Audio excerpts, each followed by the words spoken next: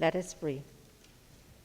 Almighty God, we willingly acknowledge you as the supreme being, most gracious and most merciful. Look down, we beseech you, on us who are members of this Senate, and deign to assist us in the duties that we have to perform on behalf of our beloved country of Trinidad and Tobago. Open our eyes to see the truth and help us to accept it with all its implications into our lives. Direct us, O Lord, in our deliberations, so that setting aside private interests, unwholesome prejudices, and personal affections, we may treat all matters set before us with honesty, courage, and conviction. Through all we say and do in this Senate, may we give glory and honor to your holy name, inspire confidence in our fellow citizens, and make a positive contribution to the peace and prosperity of our nation. Amen.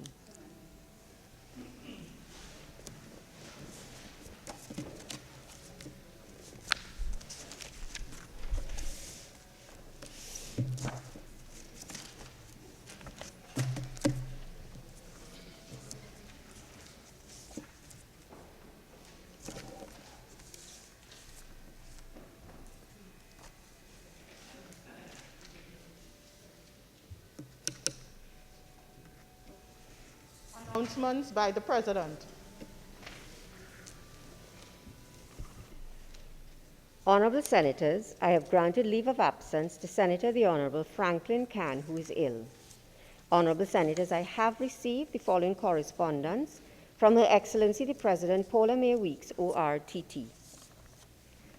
The Constitution of the Republic of Trinidad and Tobago by Her Excellency Paula Mae Weeks, ORTT, President of the Republic of Trinidad and Tobago and Commander-in-Chief of the Armed Forces. To Mr. Ndale Young, whereas Senator the Honorable Franklin Cann is incapable of performing his duties as a senator by reason of illness. Now, therefore, I, Paula Mae Weeks, President as aforesaid, acting in accordance with the advice of the Prime Minister, in exercise of the power vested in me by Section 44(1)(b) and Section 44(4)(a) of the Constitution of the Republic of Trinidad and Tobago, do hereby appoint you, Ndale Young, to be a member of the Senate temporarily, with effect from the 1st of May 2020, and continuing during the absence of Senator the Honorable Franklin Cann by reason of illness. Given under my hand and the seal of the President of the Republic of Trinidad and Tobago at the Office of the President St. Anne's, this 30th day of April 2020. Honorable Senators, a senator is required to take the oath.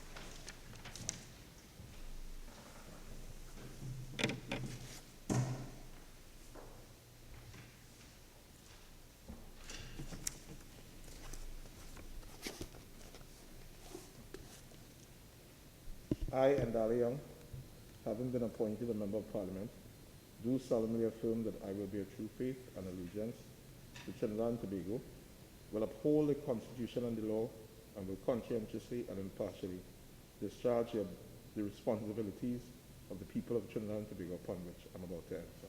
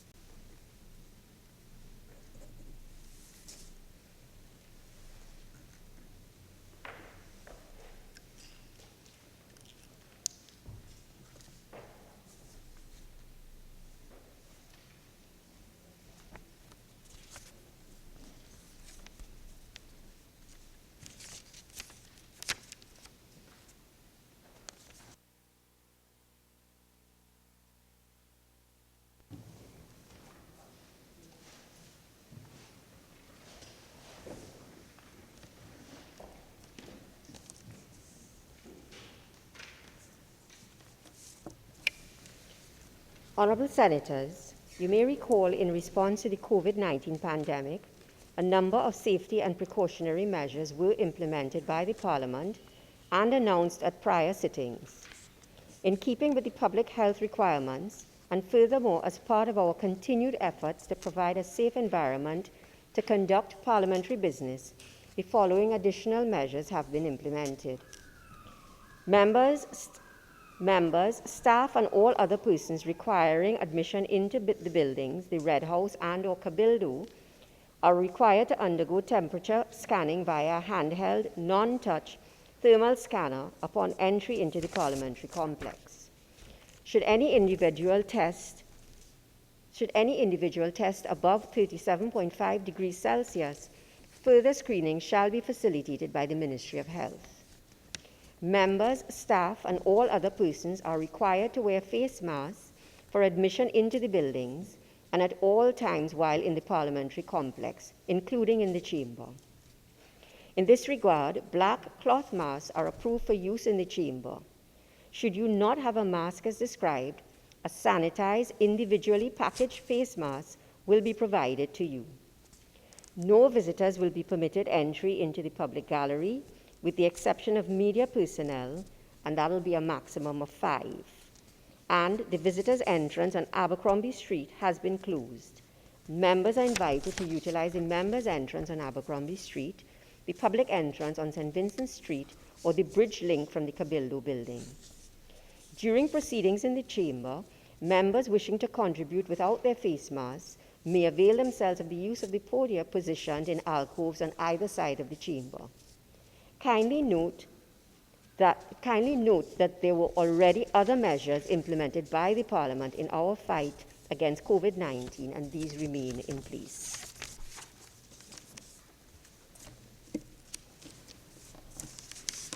Bills brought from the House of Representatives: the Administration of Justice Electronic Monitoring Amendment Bill 2020 in the name of the Minister of National Security, and the Miscellaneous Amendments Bill 2020 in the name of the Attorney General. Acting Leader of Government Business. Madam President, in accordance with Standing Order 62(1)B, I beg to move that the next stage of the following bills be taken on Tuesday, May 5th, 2020. 1. The Administration of Justice Electronic Monitoring Amendment Bill 2020, and 2. The Miscellaneous Amendments Bill 2020. Thank you.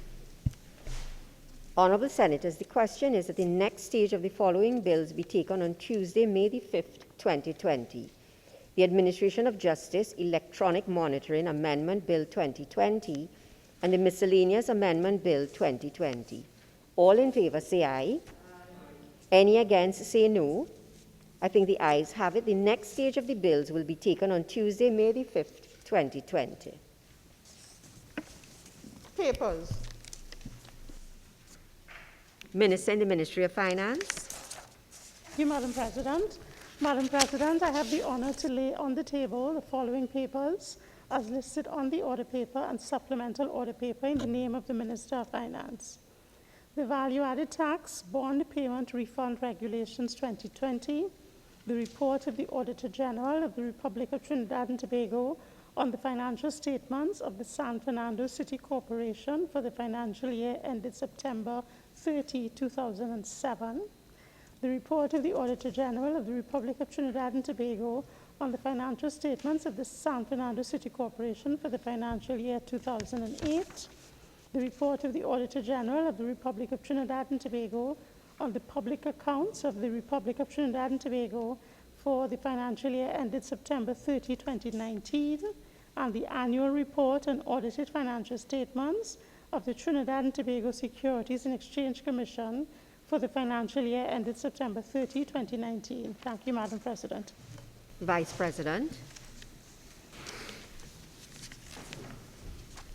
Thank you, Madam President. I have the honor to lay on the table the following papers as listed on the supplemental order paper in my name. The 32nd Annual Report of the Integrity Commission of Trinidad and Tobago for the year ended December 31st, 2019. Acting Leader of Government Business. Madam President, I have the honor to lay on the table the following papers as listed on the order paper in the name of the Attorney General. The Civil Proceedings Amendment Rules 2020, the Family Proceedings Amendment Rules 2020, the Children Court Amendment Rules 2020. I thank you. Reports from committees. Acting Leader of Government Business. Madam President, I have the honor to present the following report as listed on the supplemental order paper in the name of Senator Sophia Choate, Senior Counsel. The 8th report of the Joint Select Committee on Finance and Legal Affairs, 5th session, 2019-2020, 11th Parliament, on an inquiry into the adequacy of magistrates' courts facilities. Thank you. Senator Mark. Thank you, Madam President. I have the honor to present the following report as listed on the supplemental order paper in my name. The 24th report of the Public Administration and Appropriations Committee, 5th session, 2019-2020, 11th Parliament, on an examination into the processing of payment of pension and gratuity to retired public officers and contracted employees. The 25th report of the Public Administration and Appropriations Committee, 5th session, 2019-2020, 11th Parliament, on an examination into the development program for fiscal year 2018-2019 and follow-up on the ministerial response to the 6th report on the Tobago House of Assembly, THA. Acting Leader of Government Business. Madam President, I have the honor to present the following report as listed on the supplemental order paper in my name. The second interim report of the Joint Select Committee appointed to consider and report on the Cannabis Control Bill 2019 in the 5th session, 11th Parliament. The interim report of the Joint Select Committee appointed to consider and report on the Miscellaneous Provisions Local Government Reform Bill 2019 in the 5th session, 11th Parliament.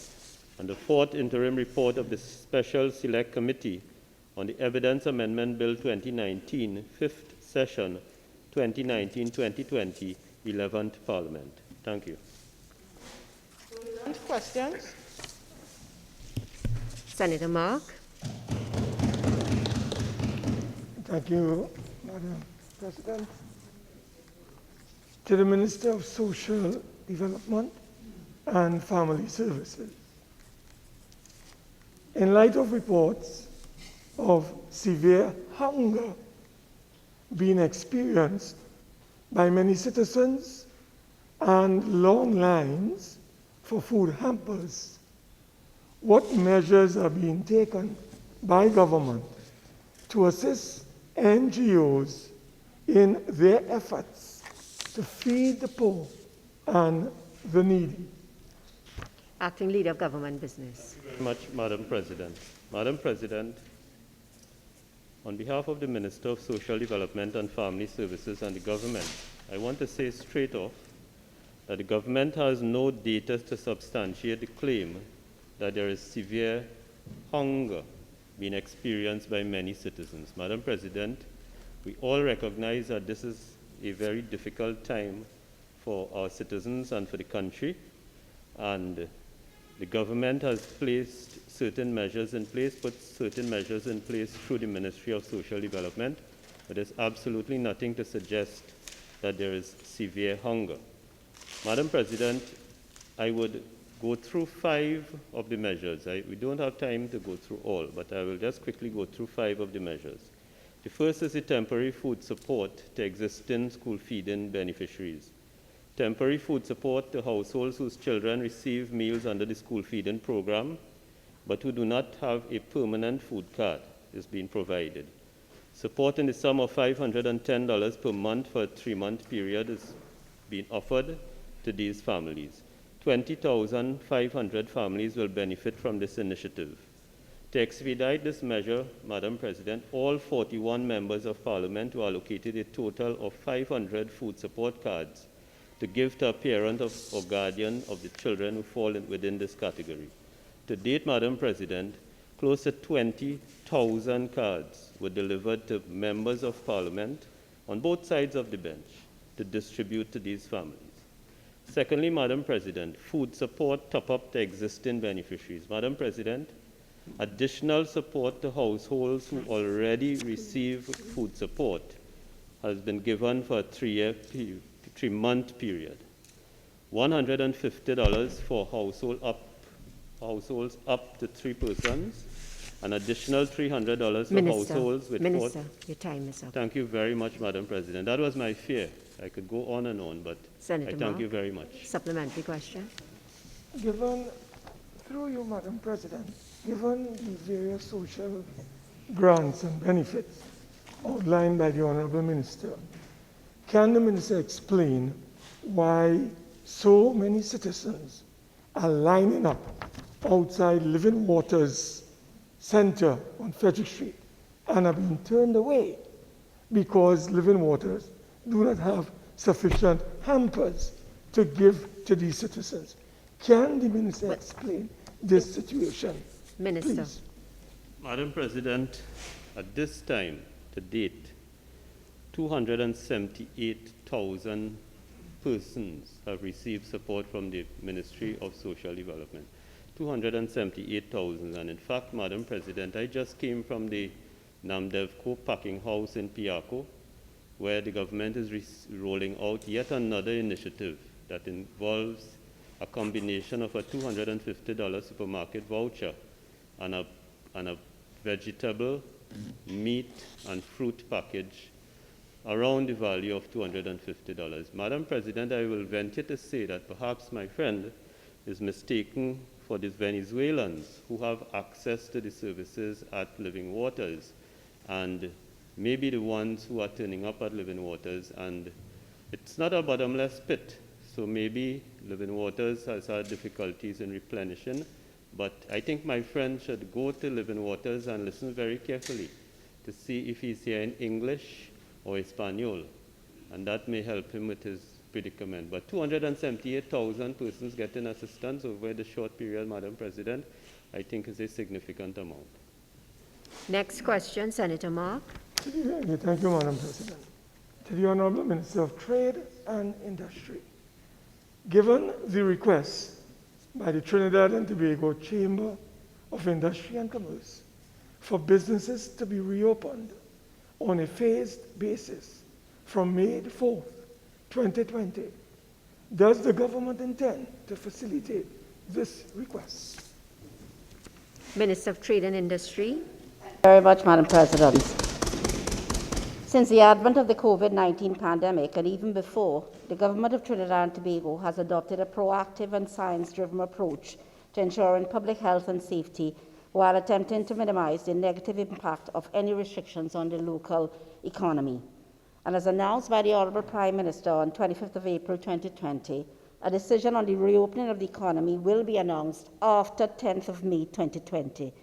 The decision will be based on the sound advice given by the competent professionals at the Ministry of Health and will be based firstly on the prevailing public health environment. As indicated on numerous occasions by the Ministry of Health, the current threat posed by COVID-19 is still a real one, even though the statistics and the rate of infections is encouraging and gives room for optimism that we can return to a new state of normalcy in the not too distant future, so that the Government of Trinidad and Tobago will continue to work with all stakeholders, including the private sector and wider civil society, in confronting the challenges faced by COVID-19 and in particular to supporting the business community to sustain employment and economic output. Senator Mark. Ask the Honourable Minister through you whether any discussions has taken place between her ministry and the Chamber of Commerce on this particular matter. Minister. Madam President, very early on, a committee was put in place by the Honourable Prime Minister on business and manufacturing, which I co-chair with the Minister of Agriculture, Lands and Fisheries and the Minister of Works and Transport. And on that committee are several business persons, including the head of the Supermarkets Association, the Trinidad and Tobago Manufacturing Association, and also the head of the Trinidad and Tobago Chamber. Also, a representative of the Confederation of Chambers. They would tell you that we've had several meetings on this COVID matter. Number one, to ensure that there would be the smooth operation of those businesses that provided essential services and goods. and then after that to discuss the question of the reopening of business. But more than that, there has been a wider COVID team, a post-COVID team, looking at a roadmap for Trinidad and Tobago. And on that, there are two subcommittees which deal with primarily the manufacturing side of things, and then, of course, the retail, distribution, and wholesale. And on those subcommittees, again, are several members of the business community, so that the discussions are real, and we have the support of the business community. That is a fact. Next question, Senator Hussain. Madam President, to the Minister of Education, can the Minister indicate how many students are without laptops or devices and internet access to facilitate online teaching? Acting Leader of Government Business. I thank my friend for the question, and the simple answer is no. The Minister is not in a position to indicate how many, because an instrument has been sent out to the principals and the schools. The Ministry is in the process of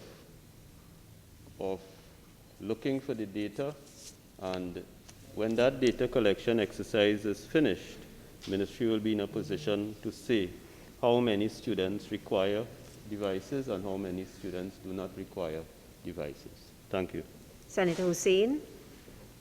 Thank you very much, Madam President.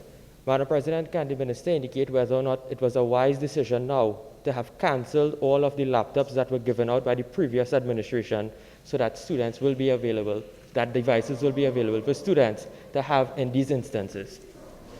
That question is not allowed. Next question, Senator Haynes. To the Attorney General. In light of the reported increase in reports of domestic violence since the stay-at-home order has been implemented, can the Minister indicate when the proposed changes to the Domestic Violence Act will be laid in Parliament? Attorney General. Thank you, Madam President. Thank you, Honourable Senator, for this question. We expect all these people within 10 days to complete the exercise. We have received 14 submissions so far in writing. As you know, the Domestic Violence Act was passed in 1999. Prior to this government taking the deep reform that we have, nobody else bothered to look at the legislation to reform it. I welcome my colleagues to the issue of domestic violence. They haven't spent no attention at all in their time in government to even look at the law. We have taken a very progressive step. It's built on the back of the reforms that we have made in family and children division, in the very sweeping amendments that we have done in creating the retrofit of the units at both Trinidad and Tobago Police Service and other structures. And as you know, the legislation which we are proposing involves applications coming from police stations directly, equally tied into the electronic monitoring and into the management of offender and also victim, so that we can have corresponding evidence, etc. There are significant reforms ahead. We welcome, of course, the voice of the opposition, which has been silent so far in this entire dynamic, and we certainly look forward to whatever may come from that. Honourable Senators, the time for urgent questions has expired. Questions on notice, questions for oral answer. Acting Leader of Government Business. Madam President, there are 5 questions on notice today. The government is in a position to respond to 3 of the 5. There are questions number 70, 71, and 126. Madam President, we are asking respectfully for a deferral of number 72. And Madam President, the government is not in a position at this time to respond to question number 55. Thank you.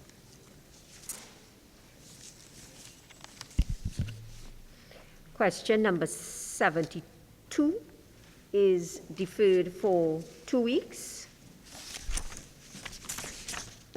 Senator Mark. This question is 70, Madam. So your question will be 70, yes. Question number 70. Right. To the Minister of Rural Development and Local Government. Minister of Rural Development and Local Government. Thank you.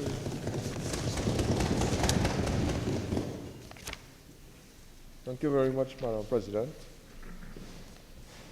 The Port of Spain City Corporation took a decision at its Finance, Planning and Allocation of Resources Committee meeting in September 2018 to procure 209 tanks to alleviate the hardship being experienced at the time by residents of the number of districts within the city as a result of severe water shortages. It is noteworthy that the approved uses of the Mayor's Fund in the city of Port of Spain includes the following: charitable cause within the city, or generally to bring relief to the extreme challenges and economic hardships faced by citizens, civic and non-profit organizations within the city, as well as the promotion of any matter that enhances the good corporate citizen image of the corporation. Therefore, it was on this basis that the items were purchased from the Mayor's Fund. Thank you very much. Senator Mark. Madam President, through you to the Honorable Minister, can the Minister advise this Honorable Senate whether burgesses within the Port of Spain City Corporation had approached the Mayor seeking support for this particular intervention? Can the Honorable Minister share with us whether that took place?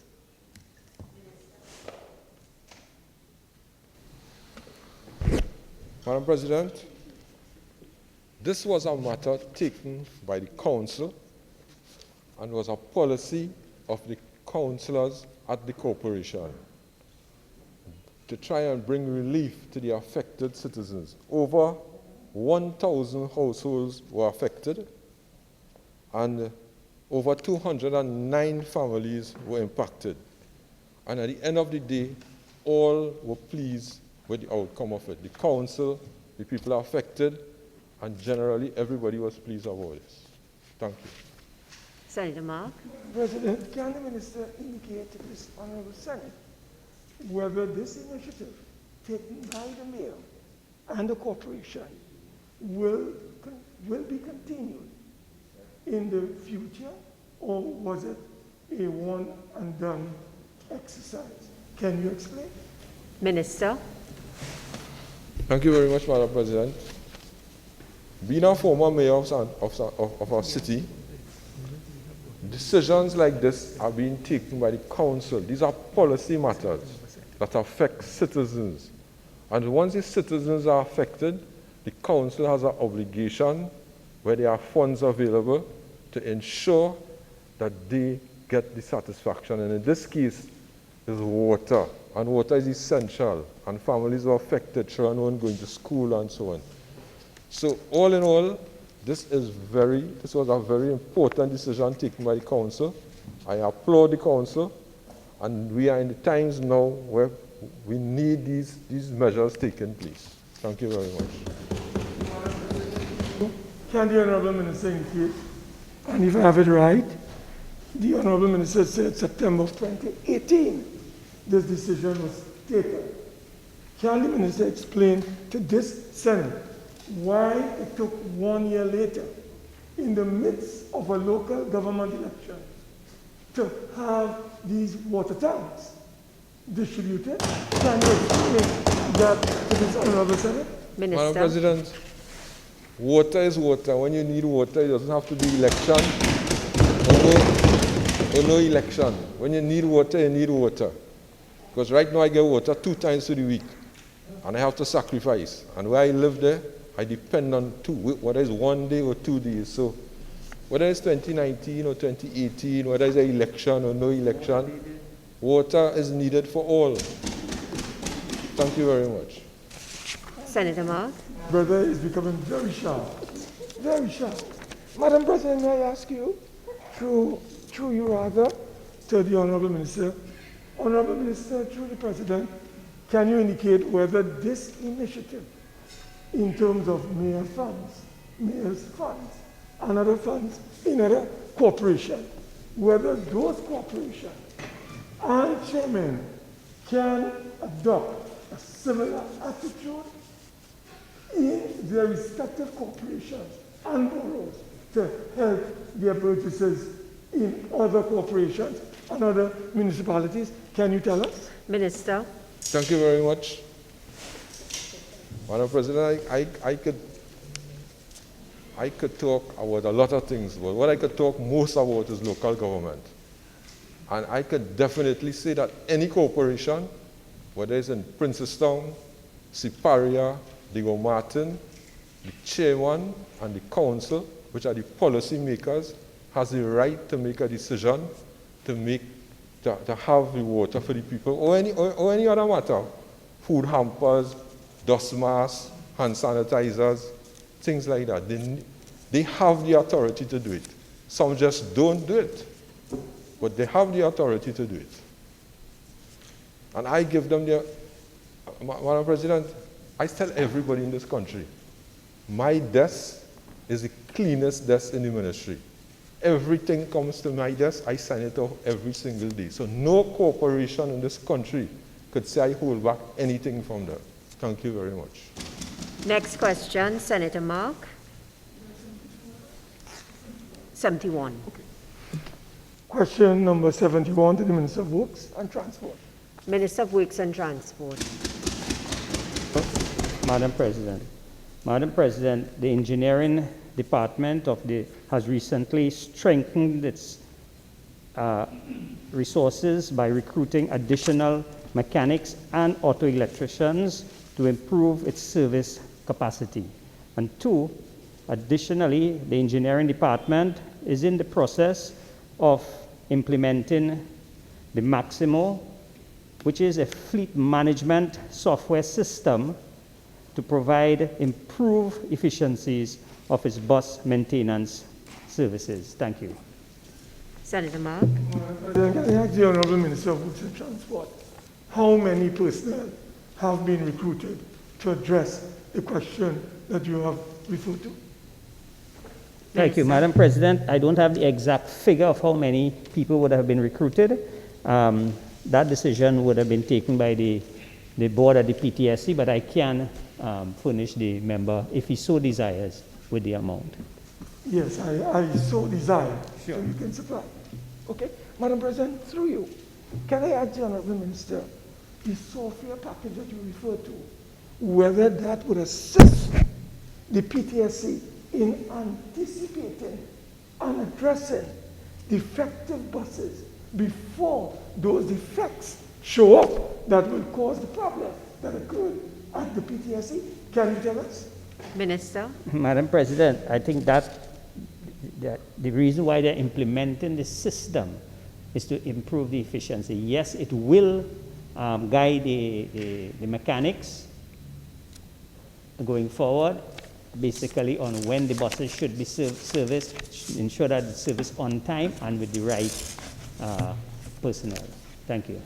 I'm not too clear, Madam President, but through you, Mayor and Honourable colleague, whether this software system has been purchased and has been operationalized. Can you share with us? Minister. Madam President, I think the answer I gave was clear. They are in the process of implementing it.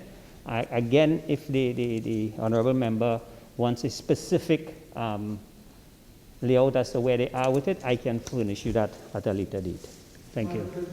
So, oblige. Okay. Madam President, I think I've exhausted my question. Yes. Okay.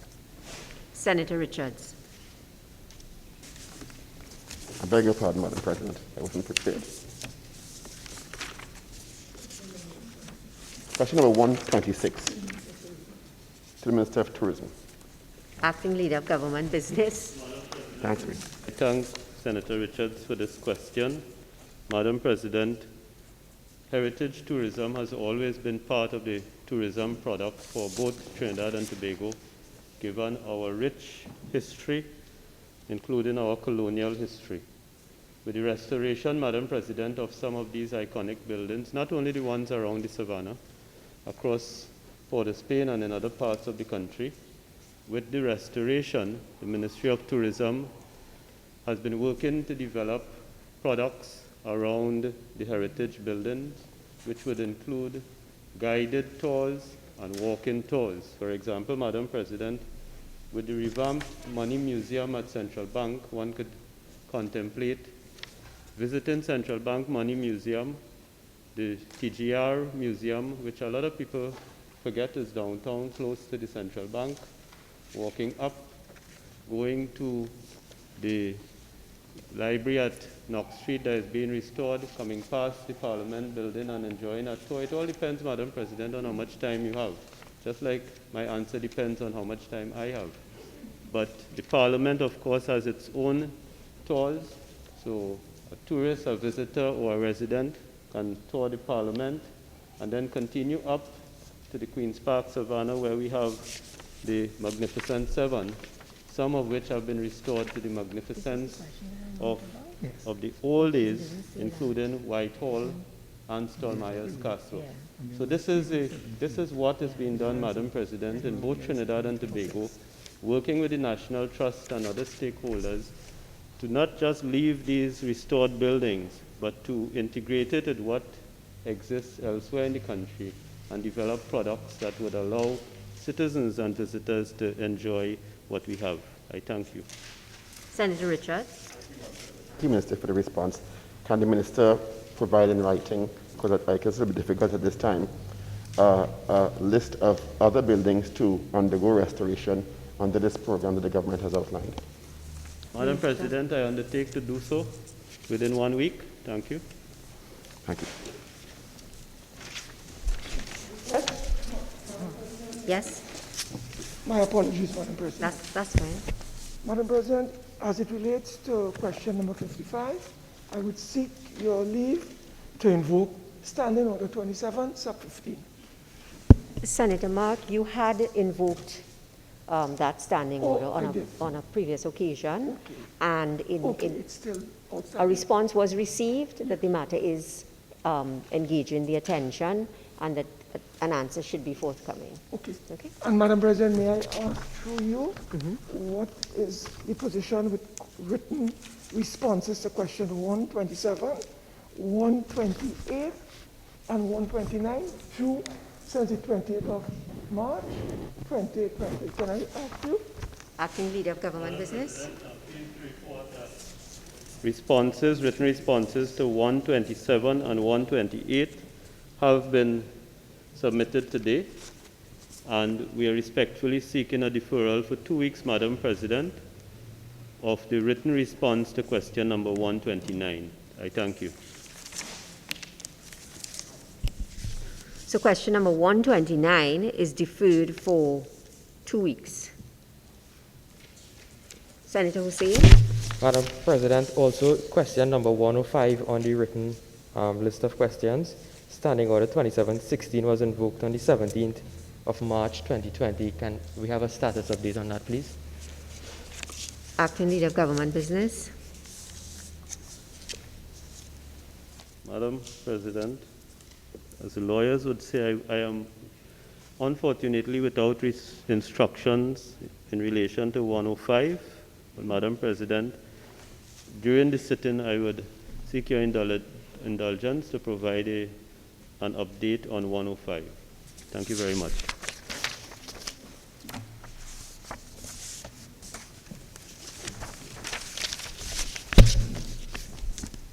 Request for leave to move the adjournment of the Senate on definite matters of urgent public importance. Senator Mark.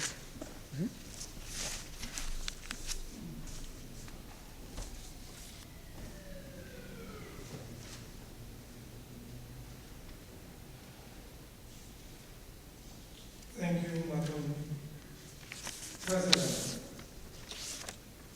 Madam President, in accordance with Standing Order 16.2, I hereby seek your leave to move the adjournment of the Senate for the purpose of discussing a definite matter of urgent public importance, namely the probable loss of income and livelihood of hundreds of our seasonal agricultural workers due to their inability to take up employment abroad due to the existing COVID-19 border control restrictions.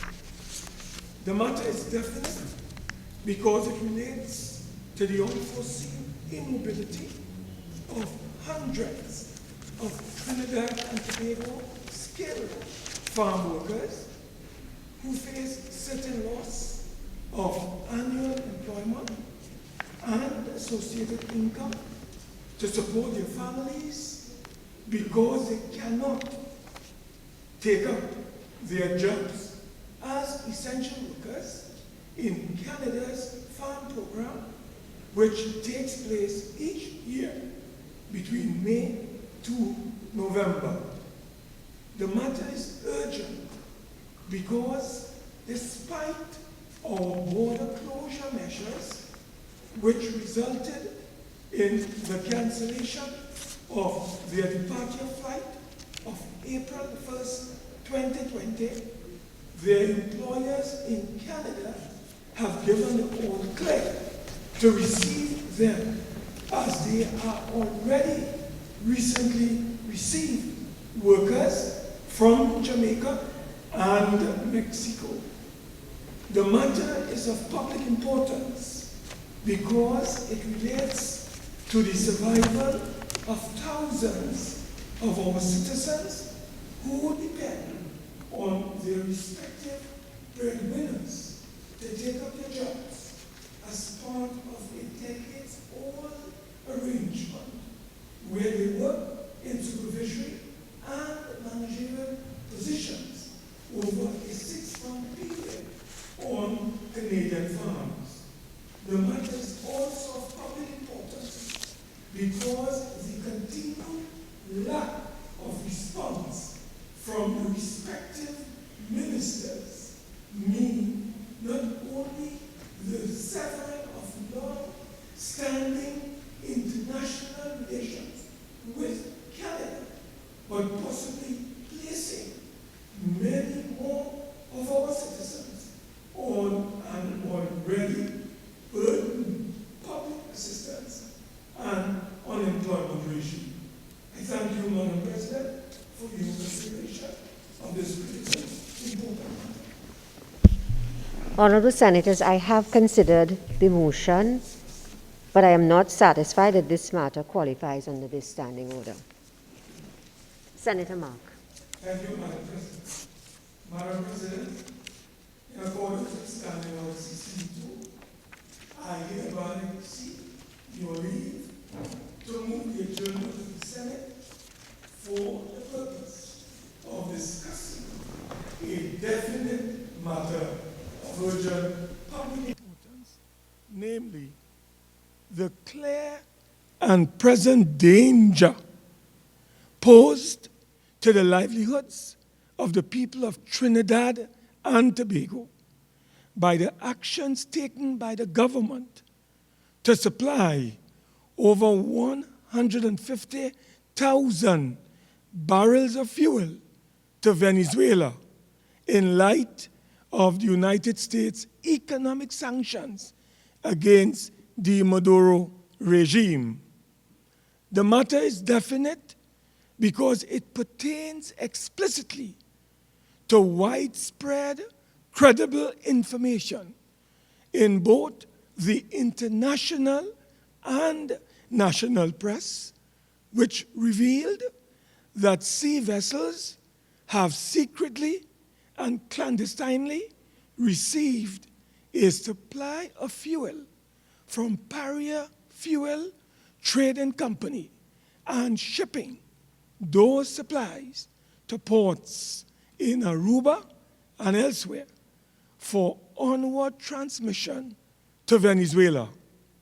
The matter is urgent because the United States government has now launched a formal probe into the purported shipment of some 150,000 barrels of fuel to Venezuela. The matter is of public importance because this unprecedented development can lead to the imposition of economic sanctions on U.S. energy companies and manufacturing enterprises operating and conducting business in this country. I thank you for your consideration of this critically important matter. Madam President. Honourable Senators, I have considered the motion and I am not satisfied that this matter qualifies under this standing order.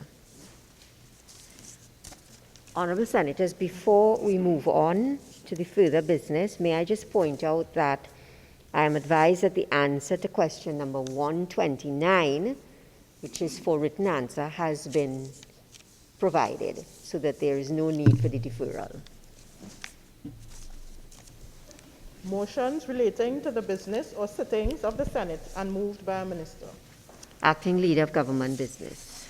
President, having regard to the second interim report of the Joint Select Committee appointed to consider and report on the Cannabis Control Bill 2019 in the 5th Session 11th Parliament, I beg to move that the committee be granted an extension to June 30th, 2020 to complete its work and submit a final report.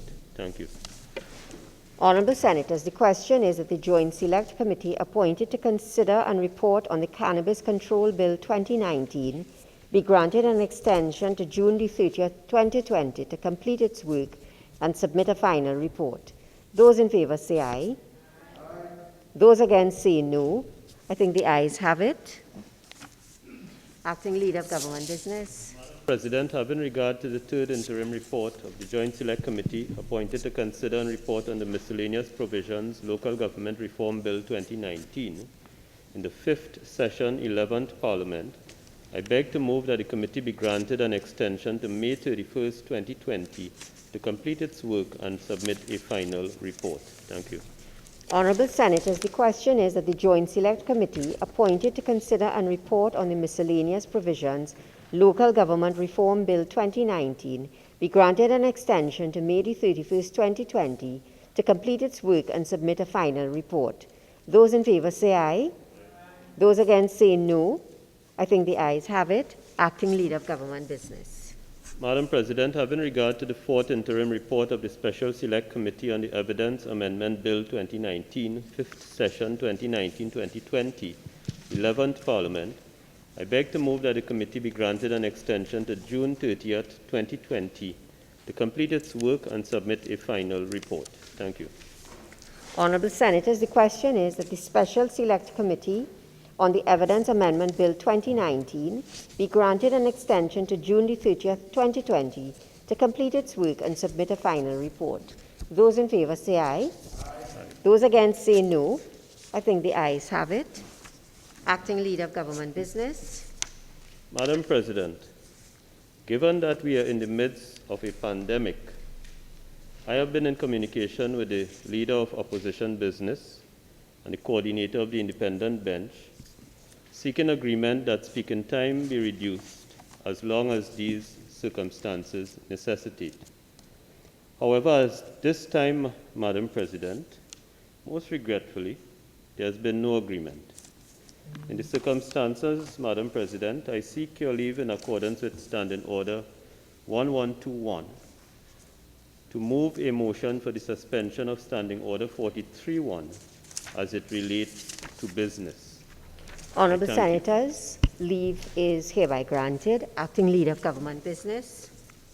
Madam President, I beg to move that during the period of the current pandemic that has impacted Trinidad and Tobago, that this Senate suspends Standing Order 43-1 in order for the time limit of speeches and debates to be limited to 30 minutes for the mover and the member wrapping up, and for the first speaker on the opposition and independent benches, and 20 minutes for all other speakers.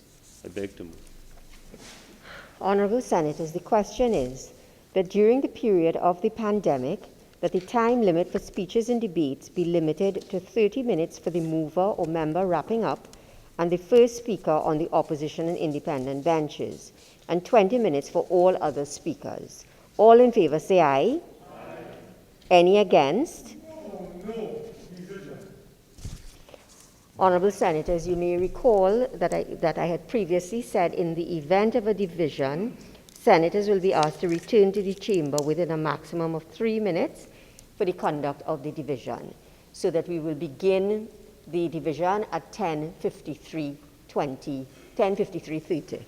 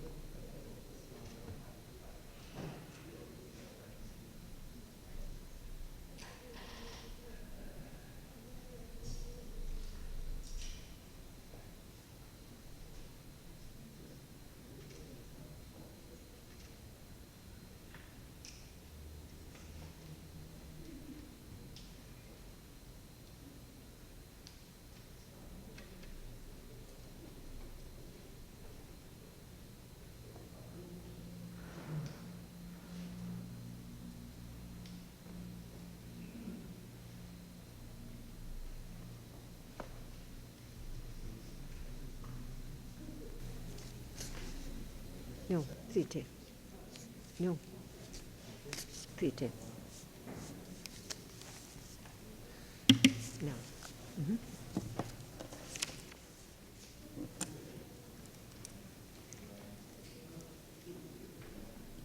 Mrs. Gopi-Schoon?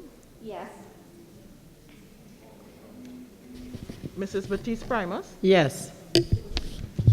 Mr. Rambara? Yes. Mr. Sinanan? Yes. Mr. Moses? Yes. Mr. Yes. Hussein? Miss West? Yes. Mr. Lehant? Yes. Mr. De Freitas? Yes. Mr. Singh? Yes. Mr. Cummings? Yes. Dr. Henry? Mr. Dookie? Mr. Young? Yes. Mr. Mark? No. Miss Haynes? No. Miss Amin? No. Mr. Hussein? No. Mr. Richards? Yes. Miss Choate? No. Mr. Vera? No.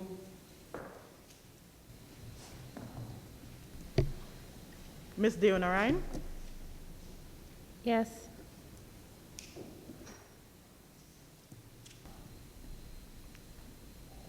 Mr. Timal? No.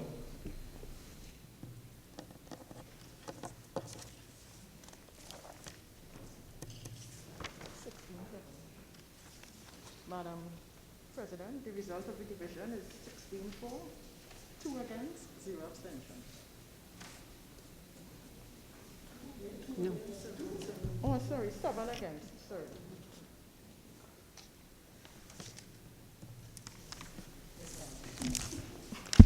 Honourable Senators, the result of the division is as follows.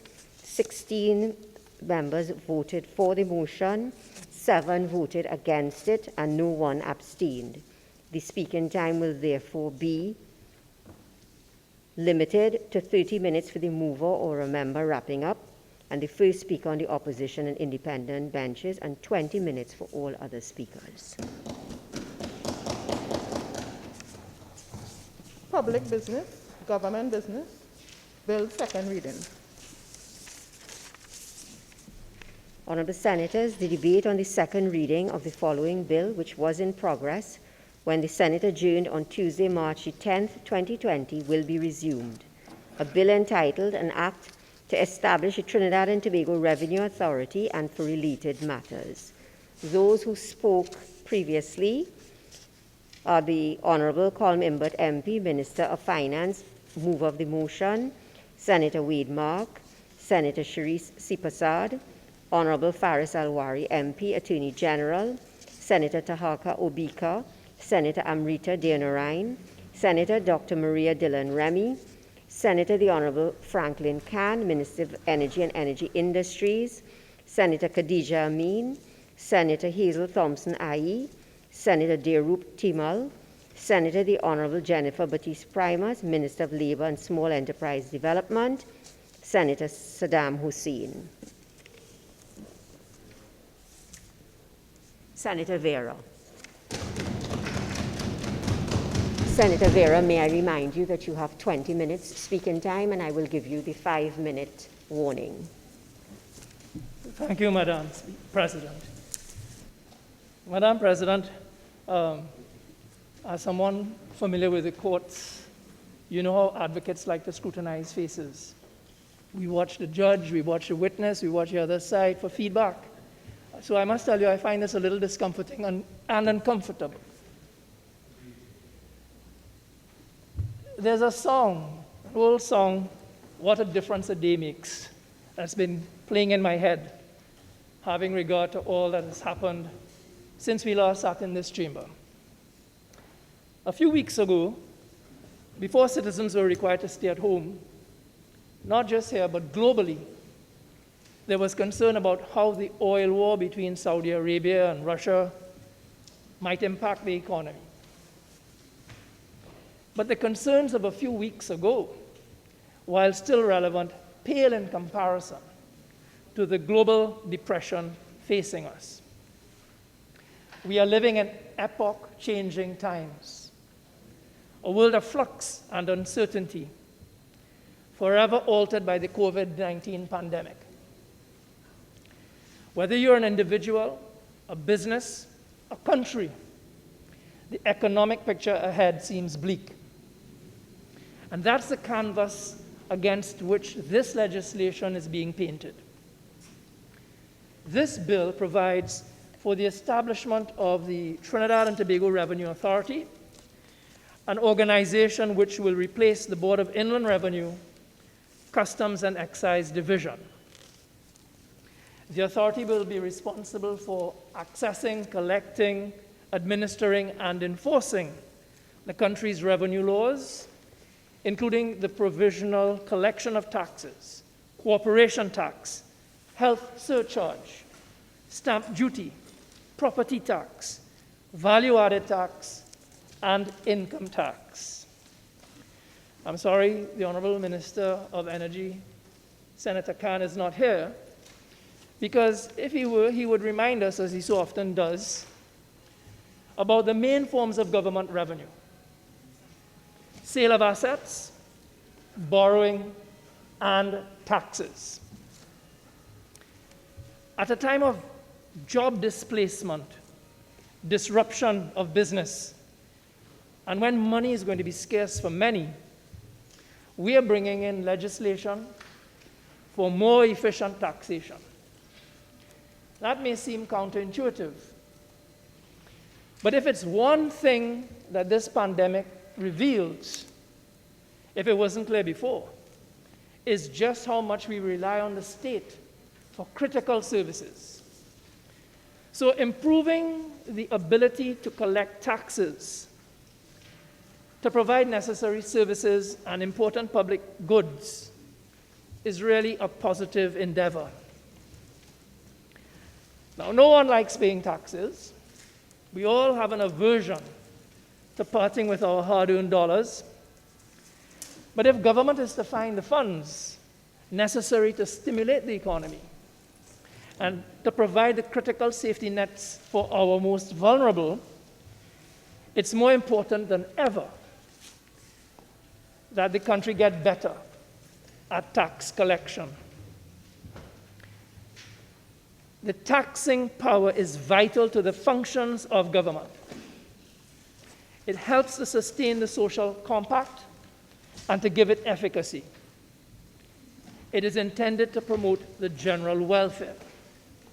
It reaches the interests of every member of society. So perhaps our aversion to tax needs to be reframed from aversion to appreciation of the collective benefits and a better future. I think it's important for us to think about the big picture. Deficiencies at the Board of Inland Revenue and at Customs are long-standing and well-known. But Trinidad and Tobago is not unique in this regard. A typical developing country collects less than 15% of GDP in taxes, as opposed to advanced economies who typically collect twice as much. This legislation seeks to address those inefficiencies. In fact, evidence suggests a correlation between taxation, high standards of living, and a higher life expectancy. So it's therefore incumbent on us to do better.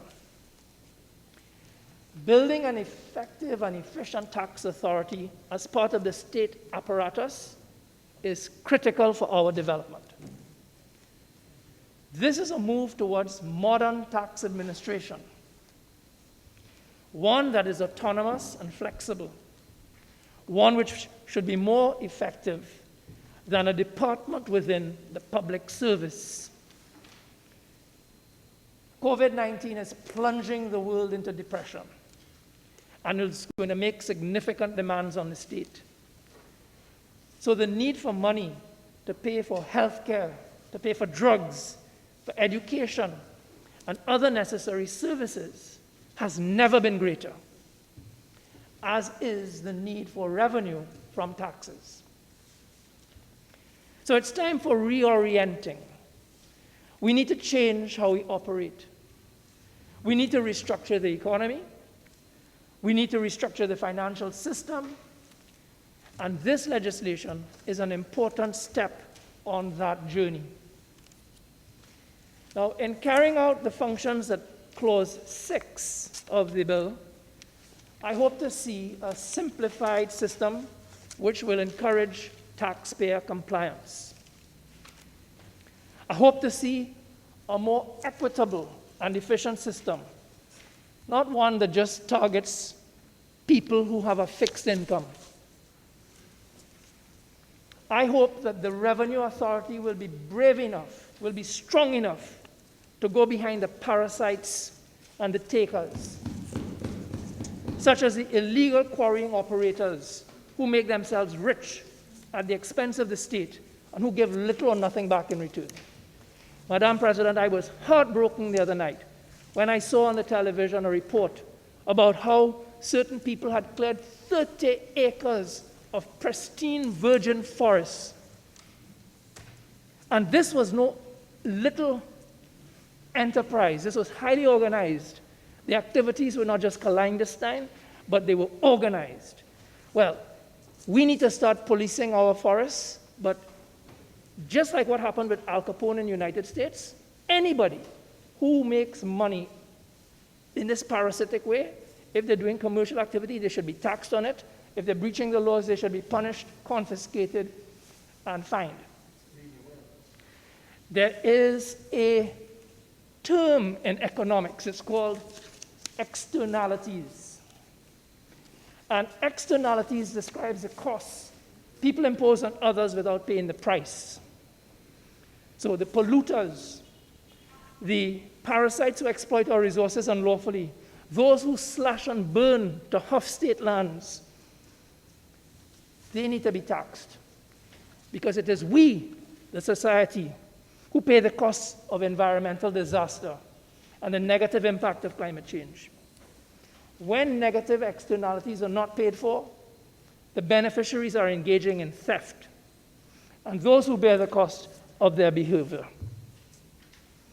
So I would like to see a professional organization with auditors, forensic accountants, and legal experts who will plug the tax loopholes which allow so many to avoid paying their fair share of taxes. A low level of tax collection means we are not reaching our full potential in terms of economic and social development. An increase in tax collection will require inefficiencies in the system to be dealt with and wise investments in the national interest. State enterprises and government agencies will need to up their game. Squandermania and waste must be a thing of the past. Fair-minded citizens don't mind paying their share of taxes when they see their tax dollars working properly for them, when they see they're getting value for money, and when they see that the tax burden is fairly and proportionately spread across all sectors of the society. If everyone pays their fair share, it can only make for a better Trinidad and Tobago. Now, like Senator Mark and others, I had a knee-jerk reaction when I saw the minister's powers of appointment and removal at clauses 13 and 15. And when I looked at the list of authorities, public authorities in the country, only 2 gave the minister power to make appointments: the Airports Authority and WASA. Appointments to the Telecommunications Authority, Civil Aviation Authority, Port Authority, and TNTEC, all made by the president. So initially I was concerned, but on a closer reading, that concern lessened, given the requirement for the minister, whether making appointments or looking to remove, to first notify Parliament and to submit the proposal for affirmative resolution. So I think this should allow for a degree of oversight and public scrutiny. Section 75(5) of the Interpretation Act provides that the expression "submit to affirmative resolution of Parliament" means that the thing concerned cannot come into operation unless and until affirmed by resolution of each House of Parliament. When this bill was last debated, we had a very good opportunity to see how affirmative resolution works in practice. Because if you recall, on that occasion, we were dealing with the motion to amend Schedule 1 of the Sexual Offences Act, and that was subject to affirmative resolution. So today, we are afforded yet another opportunity to gauge the efficacy of affirmative resolution.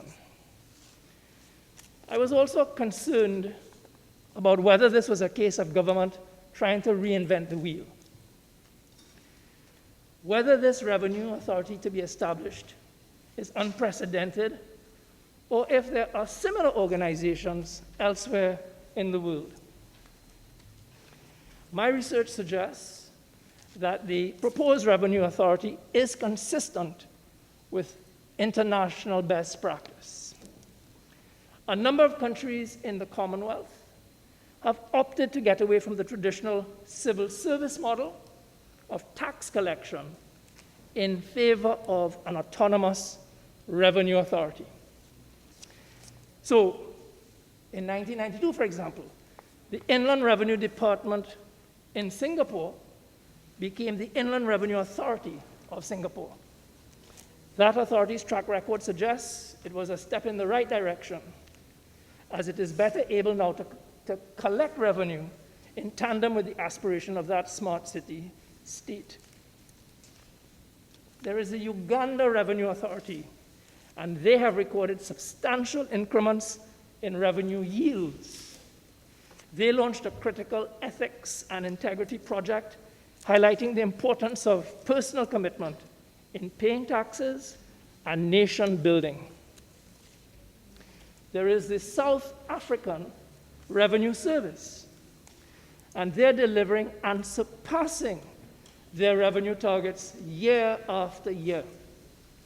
And one major reason for the success in South Africa was simplifying the process of submitting tax returns for both individuals and companies. Under the Kenya Revenue Authority, where income tax, value-added tax, customs, excise were all merged, revenue collection increased by 1% of GDP, while professionalism in revenue administration was enhanced. Canadians are reportedly receiving better, faster, and higher quality service administration from their Canada Revenue Authority. And in Canada, that service delivery model... Senator Vera, you have 5 more minutes. Thank you. That model has become a model internationally, not just in Canada. The Canadian Revenue Authority is reputed to be more efficient and effective as an organization than it was when it was just a department. So this has resulted in a more committed and professional workforce and a strong management team. So there is ample precedent for the proposed authority, and the evidence suggests it's a better model.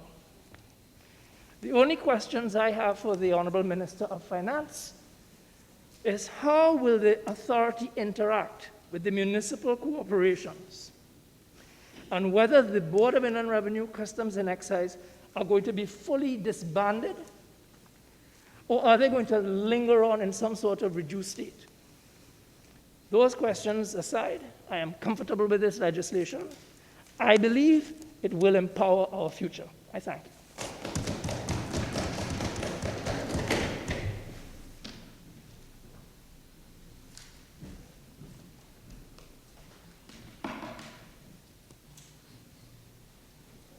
Good afternoon, colleagues. Thank you, Madam President, for recognizing me to make what will be mandatory, a short contribution. Following from Senator Vera's excellent presentation on the act to establish the Trinidad Tobago Revenue Authority, I see this as this move as long overdue in Trinidad Tobago in terms of the harmonization of tax and revenue collection agencies and mechanisms in Trinidad and Tobago. And as we've all seen, because of this COVID-19 pandemic, the systems and structures in Trinidad and Tobago need to be updated for more efficient operation in revenue collection and in service delivery. So following Senator Vera's contribution that, well, no one likes to pay taxes, I disagree. I don't think people mind paying taxes if you see the taxation redounding to the benefit in services provision in an efficient and competent manner and a consistent manner in society. If people see the results of their tax dollars, they are more likely to pay their taxes once systems are in place for the efficient collection of those taxes. And by efficient, I mean simplified, consistent, and systems of accountability and monitoring. And as Senator Vera also said, that the taxes spread at various sectors in a proportional manner and a fair manner, because sometimes we get a sense that there's inequality in the way taxation is presented or applied in the country. The issues with the BIR are long documented. The issues are archaic systems, inefficient procedures, poor and outdated organizational structure, bad management, frankly, policy inconsistencies in theory and application, a ranking lack of accountability in many sectors, a lack of measurement systems and data collection, corrupt officials who know the system, beat the system, and are never brought to justice. Governments have been waging war on corruption long before the days of the Roman Empire. For example, according to Asukura 2002, one of the concerns addressed by the Code of Hammurabi, which is one of the world's oldest legal codes, which dates back 1780 BC, is the corrupt administration practices in any society. Let me state from the onset, while I think this is a good move, a bill and the law alone cannot and will not change many of the issues contributing to leakage without the underlying changes to structure, policy, accountability, and mechanisms in place that operate consistently and efficiently in a well-oiled and cohesive system. It will make no sense for us to enact this new framework and body with an old engine and bad tires and expect the vehicle to run smoothly. That is not simply going to work, which we've done several times in the past in this country. We are excellent in many ways at legislation and planning. We are really bad at implementation, measurement, and accountability. So I just have a few observances and questions, because I was able to, fortunately, with the time since with the start of this debate, truncate my presentation significantly. There are systems that have nothing to do with staffing, and many of the opportunities are not covered in the bill, and I'm thinking missed opportunities. I think one of the aims of this bill is, and should be, rightly so, to transform customs and excise, because that is one of the points of greatest leakage in Trinidad and Tobago. In fact, it is in many sectors of customs and excise, not all, many sections of customs and excise, as I've said it before, an algorithm for corruption because of how well the players know the system and how to beat the system. So to me, billions of dollars in taxation roll through customs and excise because of the corruption and inefficiencies in the system. In terms of the entire platform upon which the bill must operate, or the law must operate, the digitization, online applications for accountability and efficiency in the authority must be put in place. Electronic notification, individual digital filing systems with online guidance reminders for increased efficiency. We're seeing it now where the state is trying to provide support to many sectors through the Ministry of Social Development and Family Services. And we're seeing shortcomings in NIS contributions. I'm sure the Recovery Committee is looking at, in some way, providing support for small and medium-sized and other businesses. How many of these businesses have been paying their green fund levy and corporation taxes and may become, but I don't know, ineligible for support from the state under these really dire circumstances? So if we had systems in place before, we wouldn't have all these issues that we're trying to deal with now in terms of interventions and delivery in what may very well become, according to all the experts, a new normal around the globe. And certainly we're seeing the trying challenges in Trinidad and Tobago. How are we going to measure efficiency and performance in the Trinidad and Tobago Revenue Authority? In the specific bill itself, there are provisions in Clause 18 where the bill would provide to public service officers within 3 months of the date of assent of the bill the option of either voluntary retirement from the public service, transfer to the authority with the approval of the Public Service Commission, or remain in the public service provided that an office commensurate with the office held by the officer in the public service is available. Now, this sounds really great on paper, but how is a public service officer to know if he or she is going to fit into this new organization without an organizational structure or a sense of what the organization is going to look like and the role he or she may or may not fit into that within 3 months of the assent of this to make such an important decision about their life and career. That to me is a glaring gap in operationalization that must be addressed, because I, as a public officer, if I were in that position, if I don't have an organizational structure, which I'm sure the board and the CEO and whoever will furnish after getting going, I have no information upon which to make such an important decision. So to say within 3 months of assent, the person has the option of voluntary retirement, transfer to the authority, or be provided with a position commensurate to the office held by the officer, that's like shooting in the dark for a public officer in this situation. I understand there are about 2,000 employees presently in the BIR, which is substantial. What is to become of their jobs under these circumstances? So I hope the minister in the Ministry of Finance can address that in her winding up. I also have an issue with, and need some clarity in clause 25, which is the bill would empower the authority to invest monies not immediately required to be expended in meeting any obligation or discharging any function of the authority in securities approved by the minister. Why is the authority investing? Question, there may be a very valid reason why the authority is being given the power or being provided with the power to invest, but it's not clear to me. To me, the mandate, the primary mandate of the authority is revenue and taxation and collection and keeping systems in place for accountability and ease of and efficiency of the service. So I don't know why that is there. Has there been a full assessment done in terms of the underlying problems with the present system, the BIR, as it stands, so that that information, that data, that analysis can be handed to a new board, a new revenue authority to give them a starting place of what happened before under the BIR, what needs to be fixed, and what is there. So they have a sense of what they're working with in terms of crafting the way forward for the new organization, the TTRA. Also, what will determine, because measurement of performance has been also lacking in Trinidad and Tobago in many agencies. So we put systems in place, we pass great laws, and we just seem to hope for the best in the modern world, in the private sector. It doesn't operate that way.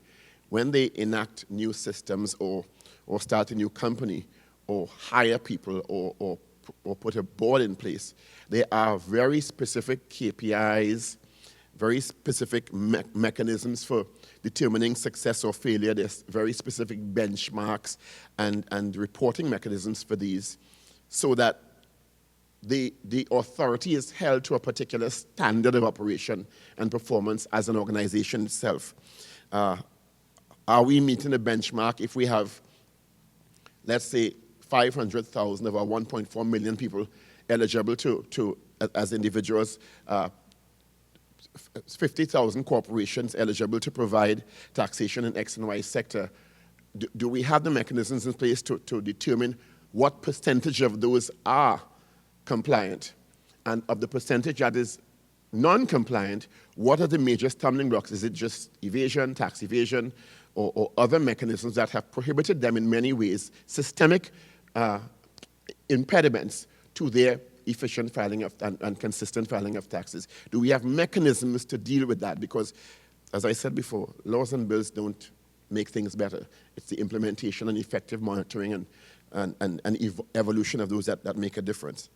And also, I know it can be included in the bill, but to get a sense of the underlying policy, strategic policy for the short, medium, and long term for the country, in terms of how the TTRA plays into the overall development plan for Trinidad and Tobago, where that revenue collection is concerned. We have, according to the finance minister recently,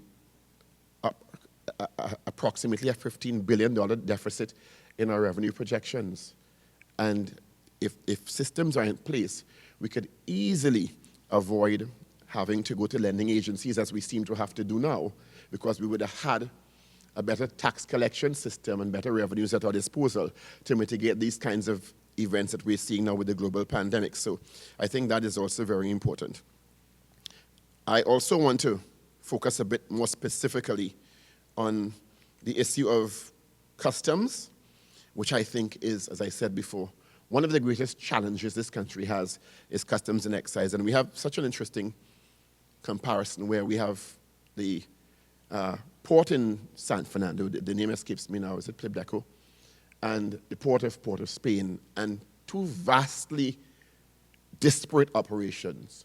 One, primarily private sector conglomerate, the other one, state administered. One, extremely efficient and accountable, the other, extremely inefficient and several layers of corruption. And you ask yourself, because the state has some interest in the efficient one, why the mechanisms and systems could not be harmonized. What was the impediment in that? And if this is going to make our state-run customs more effective in terms of those types of situations.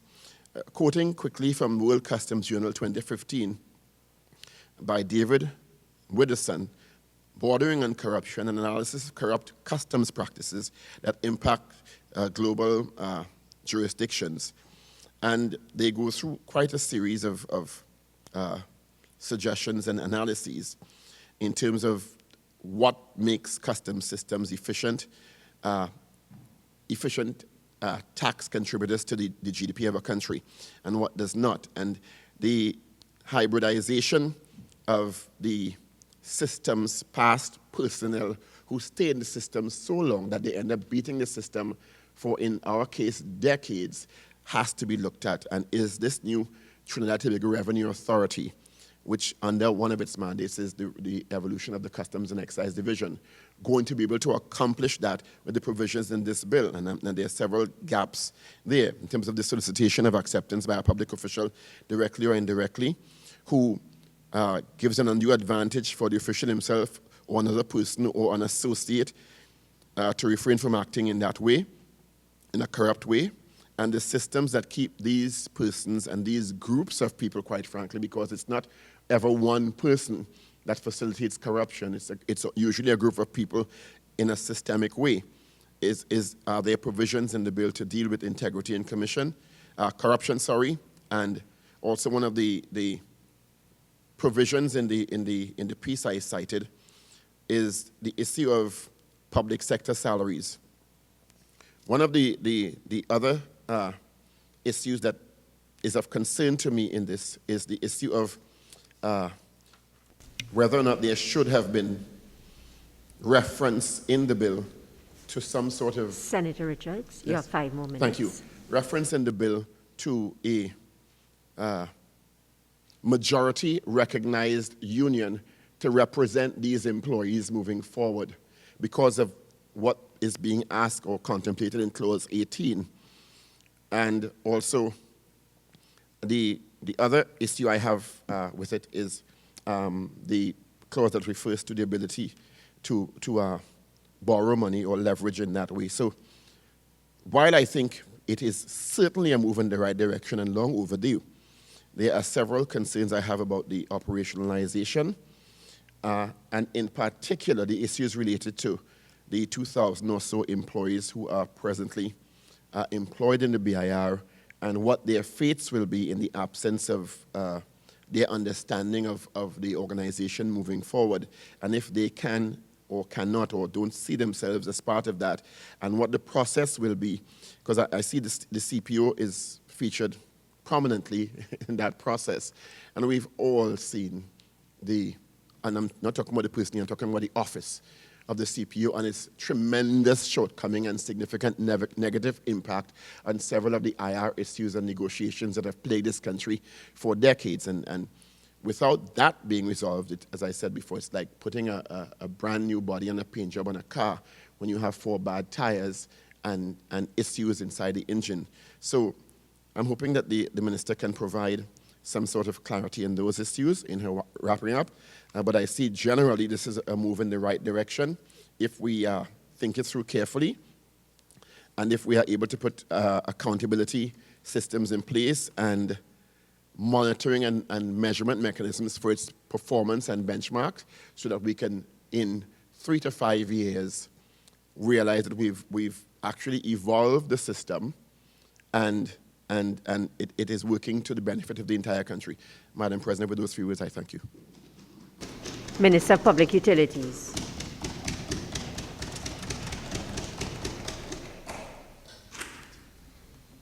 Madam President, it is always an honor and privilege to stand before this august House to support bills being brought forward by this government for the benefit of the people of Trinidad and Tobago. This morning is no different. The bill that we bring before this House, entitled An Act to Establish the Trinidad and Tobago Revenue Authority and for related matters, is long overdue. And as citizens of this country who have been given the mandate of crafting the legislative framework that will ensure our continued growth and development, we are obliged to pass it. Madam President, we all understand the importance of money. In fact, our Calypsonians have reminded us of this universal truth over the decades. The mighty Sparrow sang, and I would not attempt to sing for you, but he sang, "No money, no love." The late mighty Shadow chided a penniless young man with the words, "You're looking for horn, boy." But money is not just important for households. It plays a critical role in the broader world. And I think we can all agree, Madam President, that revenue generation is integral to the operations and growth of society as we know it. In its present state, our tax system allows over $15 billion to slip by. 15 billion. This cannot be allowed to continue, especially in the current global climate where the socio-economic indicators seems to be free-falling. My mother, God rest her soul, used to tell me, "Waste not, want not." In this new COVID time and post-COVID time, we cannot continue with this laissez-faire attitude towards revenue collection. We cannot continue with such a large percentage of the citizens not being registered. It is not fair, it is not equitable, and it is not efficient. We just cannot go on this way. As such, it is important to have an efficient revenue collection system. What we presently have is unworkable. It is important to subscribe to international standards which generate high performance. And it is important to place at the center of this system a fair and transparent organization that functions at the highest level of efficiency, integrity, and professionalism. This country is demanding this of us, and we must deliver.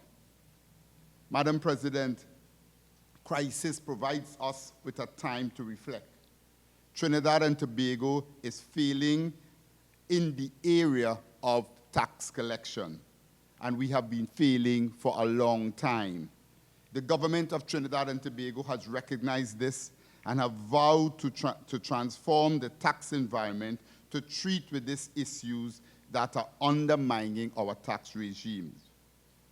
In December 2017, the Tax Administration Diagnostic Assessment Tool Performance Assessment Report implemented by the World Bank indicated that Trinidad and Tobago continues to face challenges in the area of revenue collection via taxes. These include, and this is a report done by the World Bank on our tax system, tax evasion, unsatisfactory customer relations, deficiency in the legislative framework and the human resource management processes, the inadequacy in management capabilities, accountability, and staff development, inadequate employees' compensation packages, rules and regulations that are not conducive to the ease of doing business, the absence of synergies between the administration and various tax agencies, lack of appropriate information technology systems, poor physical infrastructure and accommodation, and it goes on and on and on, all of which results in leakage in much needed revenue. These challenges deny the government, and I dare say the people of Trinidad and Tobago, the ability to generate additional revenue, which it can then utilize to create new jobs, develop and maintain infrastructure, and improve the social services afforded to the citizens. As such, the government is intent on treating with this issue through the establishment of the Trinidad and Tobago Revenue Authority once and for all. Madam Speaker, the economy is experiencing what people have said is a two-edged sword. When you look at what is happening, we are experiencing clear challenges with regard to our revenue. We are experiencing, we run an economy that is affected by global forces. And we all are seeing in the newspaper what is going on with our major source of revenue. We hear about diversification, whether we like it or not. Oil and natural gas will continue to play a significant role in our revenue. And those things are subjected to international forces. We are also experiencing this time massive increase in our expenditure because we are dealing with a pandemic situation. A roadmap committee was set up, and one of the things that came out of the conversation yesterday, the areas looking at revenue. As much at these times as you are looking to generate new revenue, what was also paramount is the need for us to look and plug all loopholes that are associated with our existing revenue and where revenues are flowing out. So when you are dealing with a problem, you have to deal with it from both sides. Madam President, the establishment of a revenue authority is one of the steps that must be taken on that journey. Madam President, setting up a semi-autonomous authority independent from the public service standards established to treat with poor revenue performance, tax evasion, corruption, low rates of compliance, and deficiencies in the human resource management processes will mean that across the board, we will be held to a higher standard. And that could never be a bad thing. Madam President, I have heard the opposition responses. And as usual, they are a mirror and they put out a number of smokescreen issues. And we put it out there that just seems to want to perpetuate the similar type Cambridge Analytica type strategy. Continue saying it, whether it's right, whether it's wrong, and eventually people will catch on. And they continue to center around that this bill, and continued and playing on people's fears, that this bill, structured in its present form, will see employment cut in people's employment jobs. Clause 18 and Clause 22 to 22 provides options for the public officers who held office within the Inland Revenue Division and the Customs and Excise Division. Among the options available to officers is the ability to transfer to the authority or remain in the public service. Clause 19 of the bill allows all the benefits which have accrued to a person who transfers to the authority to be preserved at the date of employment by the authority. In other words, Madam President, the legislation guiding the Revenue Authority will allow workers the options to transfer out of the public service into the Revenue Authority on terms no less favorable than they currently enjoy. This fact has been made repeatedly by the Minister of Finance. Also, the pensions of the public servants who transfer to the authority will be preserved. And until a pension plan is established in the authority, the workers will continue to enjoy the same pension benefits that they do at present. Further, after the pension plan is established, their pension benefits will be no less favorable than at present. The Minister of Finance had made it clear that workers who opt to transfer to the Revenue Authority will enjoy security of tenure. It has been said, it is there, a lot of the misinformation and mistruth, you see, but those things are not sexy things to talk about. When we say that, if someone says that it will result in a number of jobs being lost, that is highlighted. But it is clear what the bill is saying, and we are playing and we continue to play games with serious matters. Clause 13 to 22 of the bill treats with the staff of the authority. Clause 13 to 15 provides the minister to appoint the Director General and the Deputy Director General, and the particulars of those respective appointments and functions. And Clause 16 to 17 grants the power to the authority to employ staff as necessary to fulfill its functions. Another objective being bandied about is that the new system allows too much power to reside with the Minister of Finance. Madam President, there is nothing further from the truth. The role of the Minister of Finance will be to oversee the appointment of the authority commissioners appointed and to oversee the formation of policy. The minister will not be privy to personal information on taxes being paid by members of the general public. Madam President, I would like to delve a little deeper into the importance of the Revenue Authority from a perspective of revenue collection. The report published by the World Bank states that $13 to $21 billion in revenue is lost annually to leakages. In the revenue collection system, these figures relate to VAT only. So one could get, which as you know, represents 22% of our tax revenue and represents 4.5% of the country's GDP. One can only imagine, therefore, what is the total amount of revenue loss. The Minister of Finance, in his presentation, spoke to the fact that over 200,000 persons are outside of the formal tax system. That is 32% of our labor force. We just cannot continue to have such an inefficient system.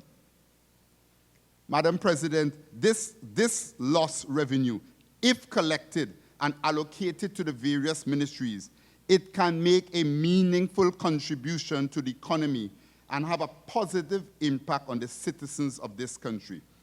To put this into context, in the fiscal 2020 budget, the Ministry of National Security received an allocation of $6.4 billion. Education, to run it for the whole year, got $7.5. Health got $6.8. The Ministry of Public Utilities got $3 billion. I am working on a roadmap to improve the water situation that has evaded us from time to time. The reality is you need money to provide services. That roadmap is going to talk about over $3 billion required. Think about it. We are fighting. We need to deal with debt. We need to borrow money, $3 billion to fix the water situation in the country once and for all. And we have revenues that we have out there on the ground, not being collected, totaling in excess of $15 billion. 1 year collection of an efficient system means we do not have to worry. We don't need to borrow. We don't need to increase debt servicing capabilities. We just need to pick up and allow people who are not paying to pay. The need for authority was demonstrated in the collection of $2.3 billion in 3.5 months tax amnesty offered by the government in 2019. This amount surpassed our expectation over 5 times.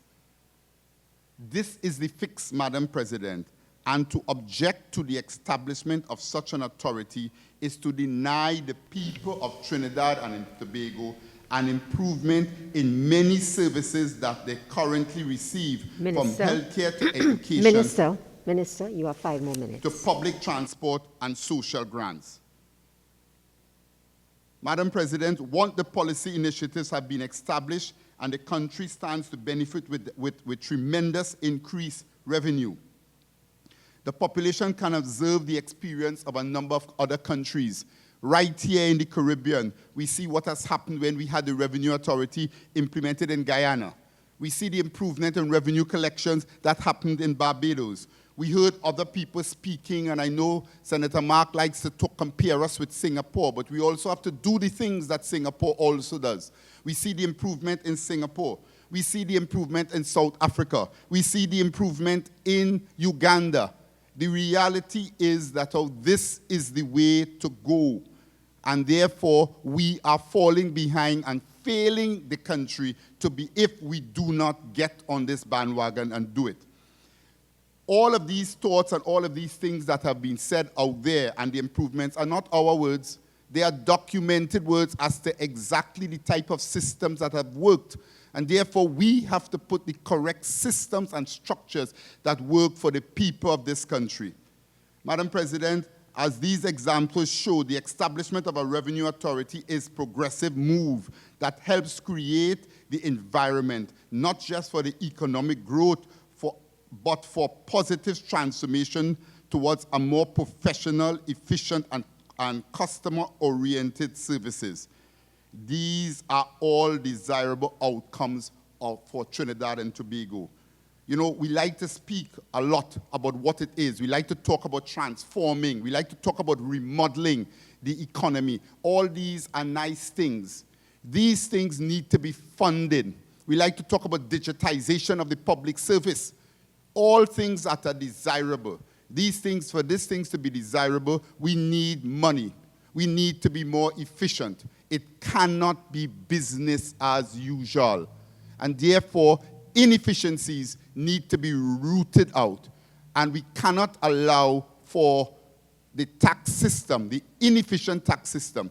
If we just simply if we make it more efficient, it will therefore allow for all of us who are presently paying taxes, we could actually then pay less taxes. And therefore, Madam Speaker, I therefore 100% support this. I want to urge all right-thinking citizens of Trinidad and Tobago, the time has come for us to work towards building this country, putting the right institutions in this country for the betterment of this country once and for all. And the time has therefore arrived now for the creation of a revenue authority. We need to do this. We need to show the citizens of this country that we are serious, that it is not business as usual, that we want to take this country forward because we need to create a new society and we need to create new institutions. I support this 100%, and I urge all, in spite of their positions coming into this room, and I urge all citizens of Trinidad and Tobago to let's continue to create an environment, an enabling environment that Trinidad and Tobago will be able to grow. And supporting this venture moves us in that direction. I thank you. Before I call on the next speaker, may I just, on behalf of all of us in the Senate, extend to the Honourable Minister of Public Utilities our sympathy for the loss that he suffered when we were not meeting. Senator Haynes. Thank you, Madam President. I thank you for the opportunity to join in this debate on the Revenue Authority Bill of 2019. And we note, Madam President, that we are in unusual times. You can just look around here and look at the measures that we've been forced to take. And we're aware that as we exist now, our situation is fluid. and we must take every day literally as it comes and make our decisions going forward. I mean, it's just even just having to stand here and speak in a mask, Madam President, shows us clearly, it is a clear show of what measures each individual and indeed each country has to take at this time. As a matter of fact, Madam President, it was only weeks ago that the Minister of Health told the nation, that this COVID-19 crisis was an existential threat to our way of life, and he likened it to World War II, World War I, and 9/11 combined. So naturally, Madam President, the first thing that we would be called out to do as a Senate would be to discuss the Revenue Authority Bill. Not perhaps the Domestic Violence Amendment Bill that the Attorney General tells us will be here in about 10 days, which may coincide with the end of the lockdown and is needed during the time of the lockdown, but the Revenue Authority Bill. So while I focus my curtailed contribution on the Revenue Authority Bill, it would be remiss of me, Madam President, to not point out that the words and the actions continue to have a mismatch. We are in a crisis. We have to take extraordinary measures. It cannot be business as usual, but we call you out to do business as usual because it's a continuation of a bill that started many years ago, Madam President. But it is not, while citizens of Trinidad and Tobago continue to worry about their livelihoods, the future of their jobs, where their next meal may be coming from, the government remains resolutely focused, and Minister LaHunt said it today, that they need money too. Government needs money too. And that's what this Revenue Authority Bill would do. It would put money in the hands of the government. And that all of us who are right-thinking citizens must support this bill to give the government more money. I mean, many citizens today may be asking to do what specifically? Because they have yet to see the benefits of the government spending. Many persons that we've spoken to have yet to see the benefits of this government spending, but they need more money. The PNM, for as long as I can remember, has been speaking about this Revenue Authority Bill for years. It's been peddled, it's been labeled as a silver bullet solution to all of our revenue problems. And I noted while Minister LaHunt was speaking, he seemed to want to use revenue generation and revenue collection interchangeably. We're generating revenue. No, what we have here is a mechanism. What we have before us is a mechanism to collect money that's already in the system and bring money into the system. But it doesn't generate anything new. And what we are saying is that, and the UNC has been very clear on our position, that where our focus should be, yes, it can be on improving our tax administration, but we're saying this is not the way to do it. And when you talk about income generation, you are talking about finding ways to ensure that businesses can thrive. What we have in front of us it in no way enables our business sector to thrive.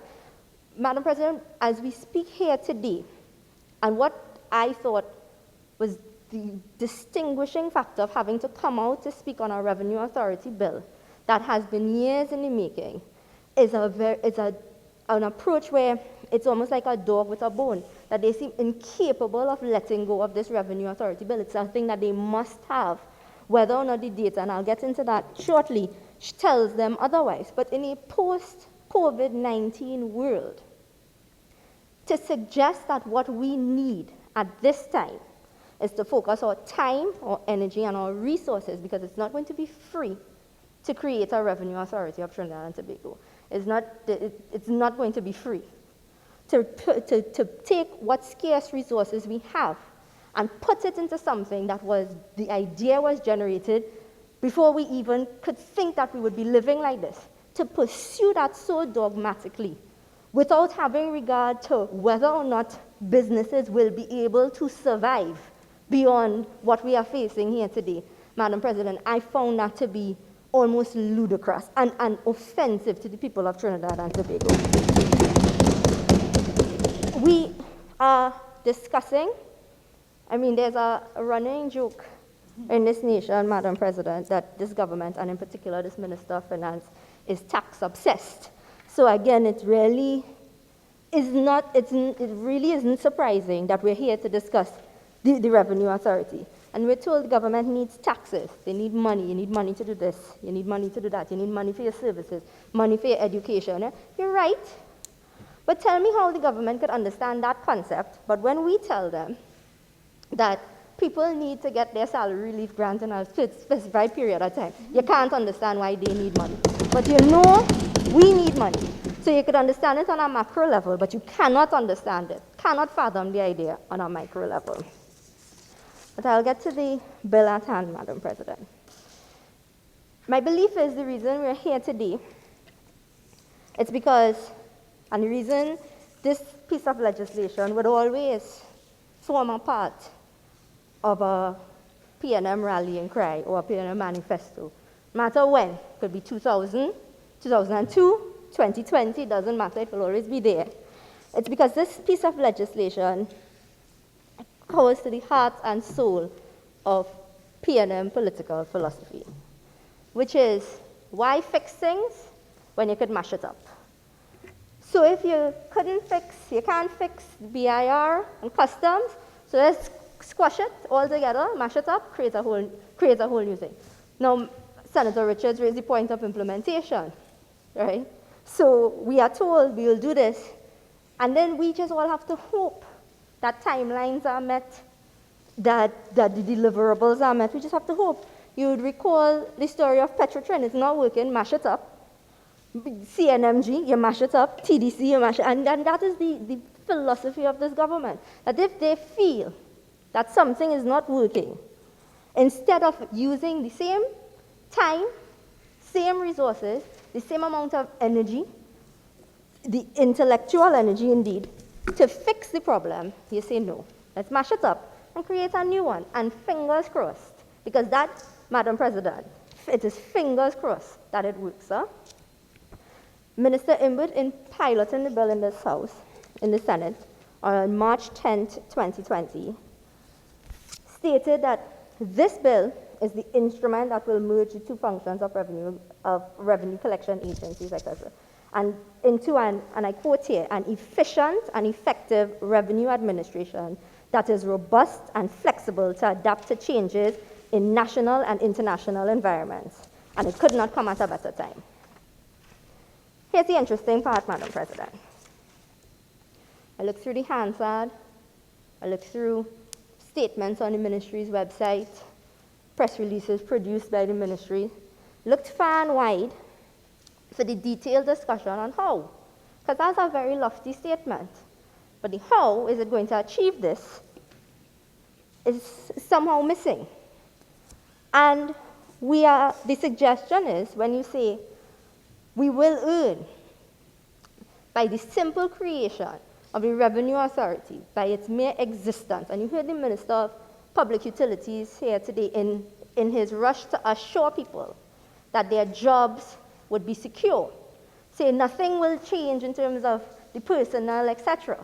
So on one hand, everything stays the same, but on the other hand, everything is somehow different, because you call it something different. It's all the same people, new name, probably same building, right? But so many things remain the same, but yet still by magic. Everything is different. We will be more efficient because it's a semi-autonomous body, and we would be more efficient. I mean, you can't fault the population for not trusting when this government says, look, trust us. This will just work out. It will all be fine. Because this is the government of the 6 game changers that all fell apart in 6 months. So, the government has squandered 5 years, Madam President, that they could have used to implement real economic and fiscal policy, which could have put us in a better place in dealing with a pandemic that none of us could have seen coming. They put nothing in place for a business environment to survive many external shocks. They've put nothing in place to help any of us earn our own money, become better entrepreneurs. They've not invested in society in a way that could develop the human potential in this country. But yet still come here, having no idea how we earned our money, to tell us, give us what is owed to us. Give the government the money that is owed to us. You don't know how we earn that money, but you're telling us we need it. We need it to supply your services. Now, this is not me suggesting that taxation has no place in society. I am just saying, when it comes to government priorities, I hope the population is paying close attention that there's a group of people in this country who has no idea on revenue generation. There's a group of people who has no idea how to maximize the human potential in this country, and therefore the only solution they could come up with is a revenue authority, and then tell us, by magic, it will cure our problems. I think Minister Imbert, in one of his more colorful presentations in the House, says, you know, am I a wizard, he asked. And clearly, I believe he answered himself, and he said it's yes, because he will not tell us how this revenue authority will generate the $3 to $5 billion that they are quoting. Madam President, when I looked for the empirical evidence and the data to support the claims that this is where we as a nation ought to spend our time and our resources, and put our time and our resources now, at this time, again, the minister, in seeking to rubbish the claims of the opposition that our time would be better spent reforming, re-engineering what we have and making it work for us, the minister said, we cannot reform the existing revenue system within the existing public service arrangement. He called it pie in the sky, and I'm quoting here from Hansard. For the past 40 years, successive governments have tried to reform customs and inland revenue departments within the existing public service system, and it has not worked. It has failed. However, Madam President, in my research, I went to see what is the claims of successes of these semi-autonomous revenue authorities. And the latest study was done by Royal Dom in 2017 by the Overseas Development Institute. And the study looked at 21 countries in sub-Saharan Africa between 1980 and 2015. The same period of time, Minister Imbert is telling us that there's been a failure to re-engineer the existing systems. This study is looking at the system they're proposing here for us today, a semi-autonomous revenue authority system, in societies that are similar to ours. Study ending 2017, and I'm going to quote from this study here because it says, over the past 30 years, semi-autonomous revenue authorities have been introduced across sub-Saharan Africa by ring-fencing tax administrations from politics, by introducing new public management practices. This reform, we're told this reform will boost tax collection.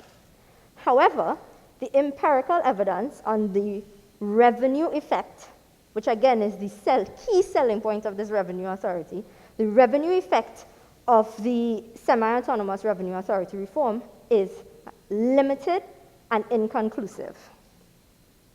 Limited, Madam President, and inconclusive. Now, had we been having this discussion with no pandemic in sight, no need to think of ways to... Senator Haynes, you have 5 more minutes. Oh, thank you, Madam President. We would be having a different discussion. But, Madam President, we are in fact in need of looking at new ways to do things in this country. Having regard to the 5 more minutes, Madam President, I'm going to curtail that part and go to an issue that troubled me very greatly when it was brought to my attention. And it deals with the heart of the matter before us and what formulates the opposition's serious objection to this bill. Minister LaHunt told us that we were being that we were exaggerating claims of the heavy hand of politics coming into our tax administration. That the minister, and he quoted parts of the bill, that the minister could only advise on policy and it will be insulated and we have nothing to worry about. That's a nice story, cool story.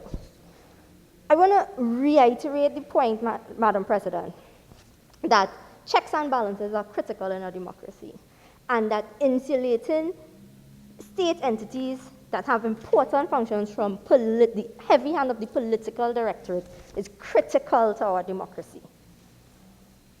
And so we were told recently, Madam President, and I will tie this all in very quickly, that there was huge reason for celebration because of the profits showed by Heritage, one of the new Petrotrins, right? One of the companies forming out of the Petrotrin closure. But the devil is always in the details, Madam President. Because when you look at the Heritage Petroleum Company Limited Consolidated Fund financial statements dated September 30th, 2019, audited by KPMG, on page 48 we are told, is bullet point 17.1, Supplemental Petroleum Tax by way of letter dated 17th March 2020 from the Minister of Finance on behalf of the government of the Republic of Trinidad and Tobago has agreed to waive the supplemental petroleum tax obligations with effect from July 19th and continuing for a period of 2 years, and the amounts are reflected.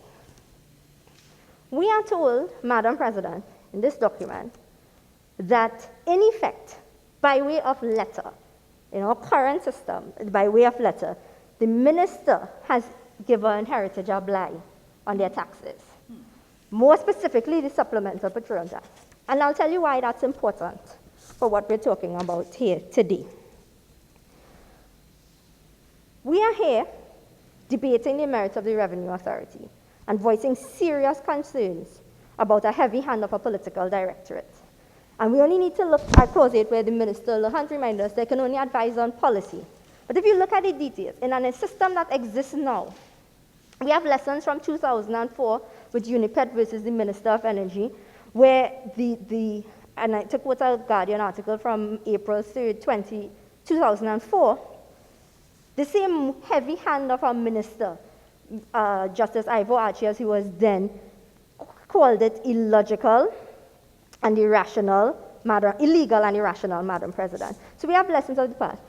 The government, Madam President, is well aware that after 4 years of failure and having presided over massive job losses, after shutting down Petrotrin with no plan, that their success is tied to the success of Heritage, real or imagined. The letter of March 17th, 2020, Madam President, tells us that when we talk about government interference in taxation, all the bells and whistles of efficiency and effectiveness that they have yet been able to prove. But what we're seeing is that this revenue authority would put more hands in an executive that already is showing us they are not afraid to give a blight, and a blight where it will help them because they need Heritage to show profits, Madam President.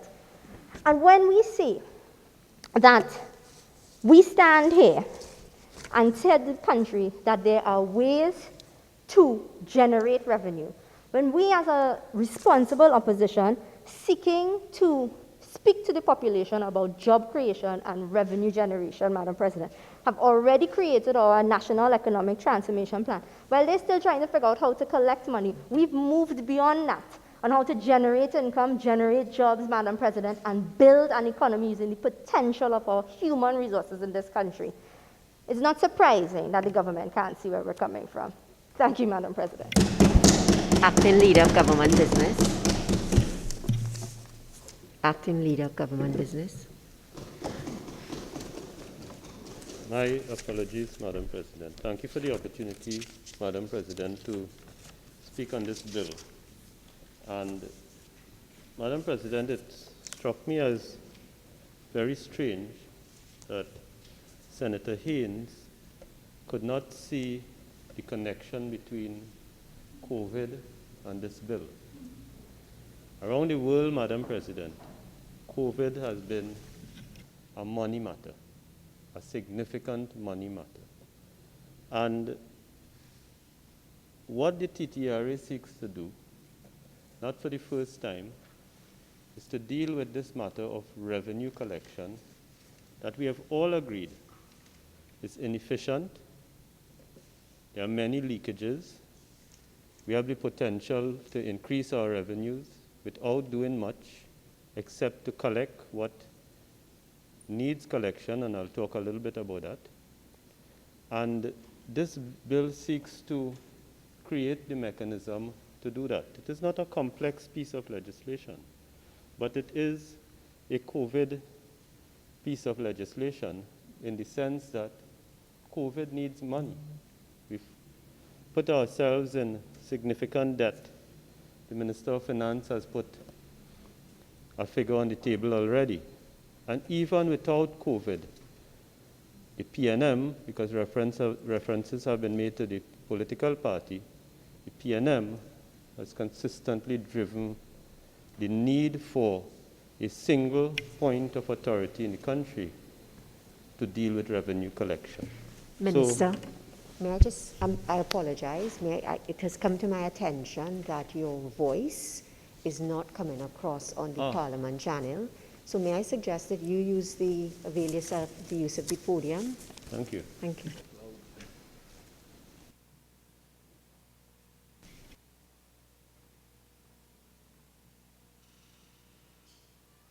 Thank you, Madam President. Is my time being reset? Thank you very much.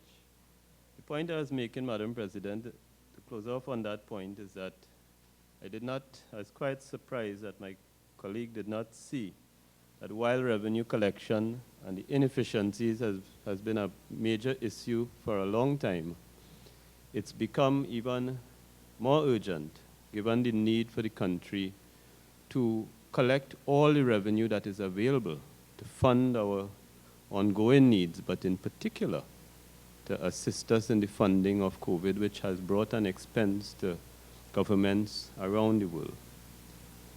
The second point is that my colleague Senator Haynes talks about the government needs money. And there's a lot of talk about what the government has done, and an unfortunate allegation that we have taken $21 billion from the Heritage Fund and spent it on COVID-related matters. And I want to correct Senator Haynes. The country needs money. Not that the government needs money. The country needs money to deal with current expenses, future expenses, and to deal with debts that have been accumulated. And the third point I want to make in relation to Senator Haynes, Madam President, is to say this. We have known about the leakages for a long time. Senator Vieira has pointed out a couple of them. And those leakages relate to VAT, a significant area in which the collection, I'm not even going to go into the administration and what has led to the accumulation of this billion-dollar debt that is owed to persons who were supposed to have been refunded.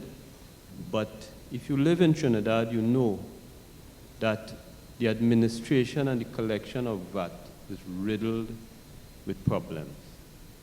And I don't want to overuse the word corruption. PAYE.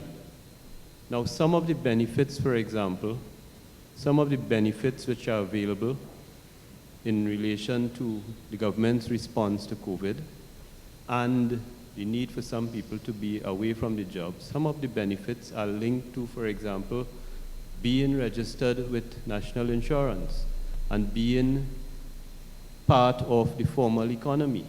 And we have significant numbers of persons in this country who are employed in the real sense of having an employer-employee relationship, and they are not taxed, and they are not on the national insurance system.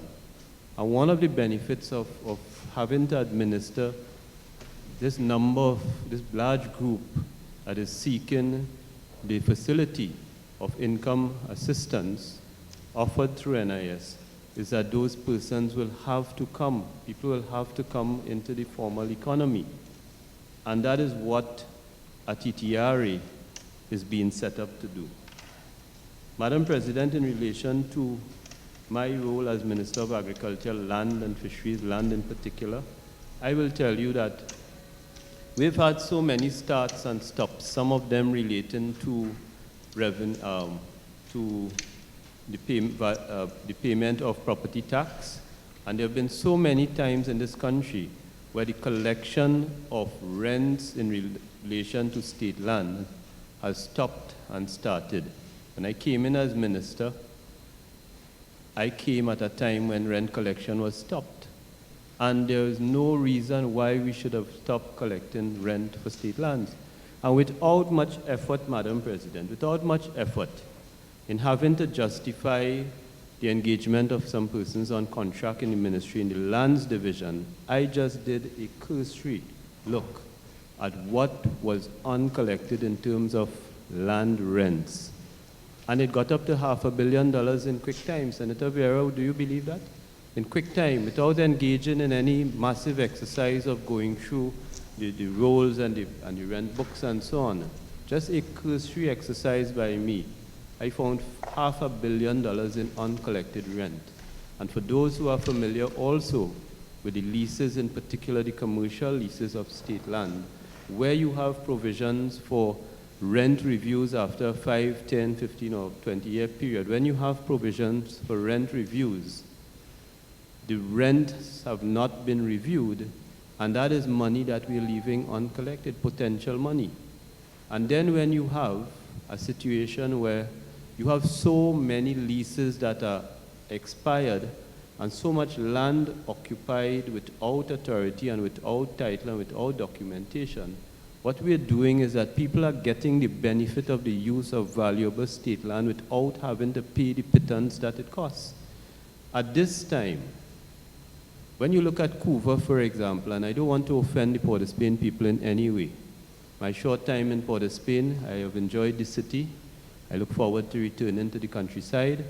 But I will tell you that land in Couva, based on valuations we've done, land is very expensive. An acre of land in Couva is in the range of $6 million to $9 million an acre.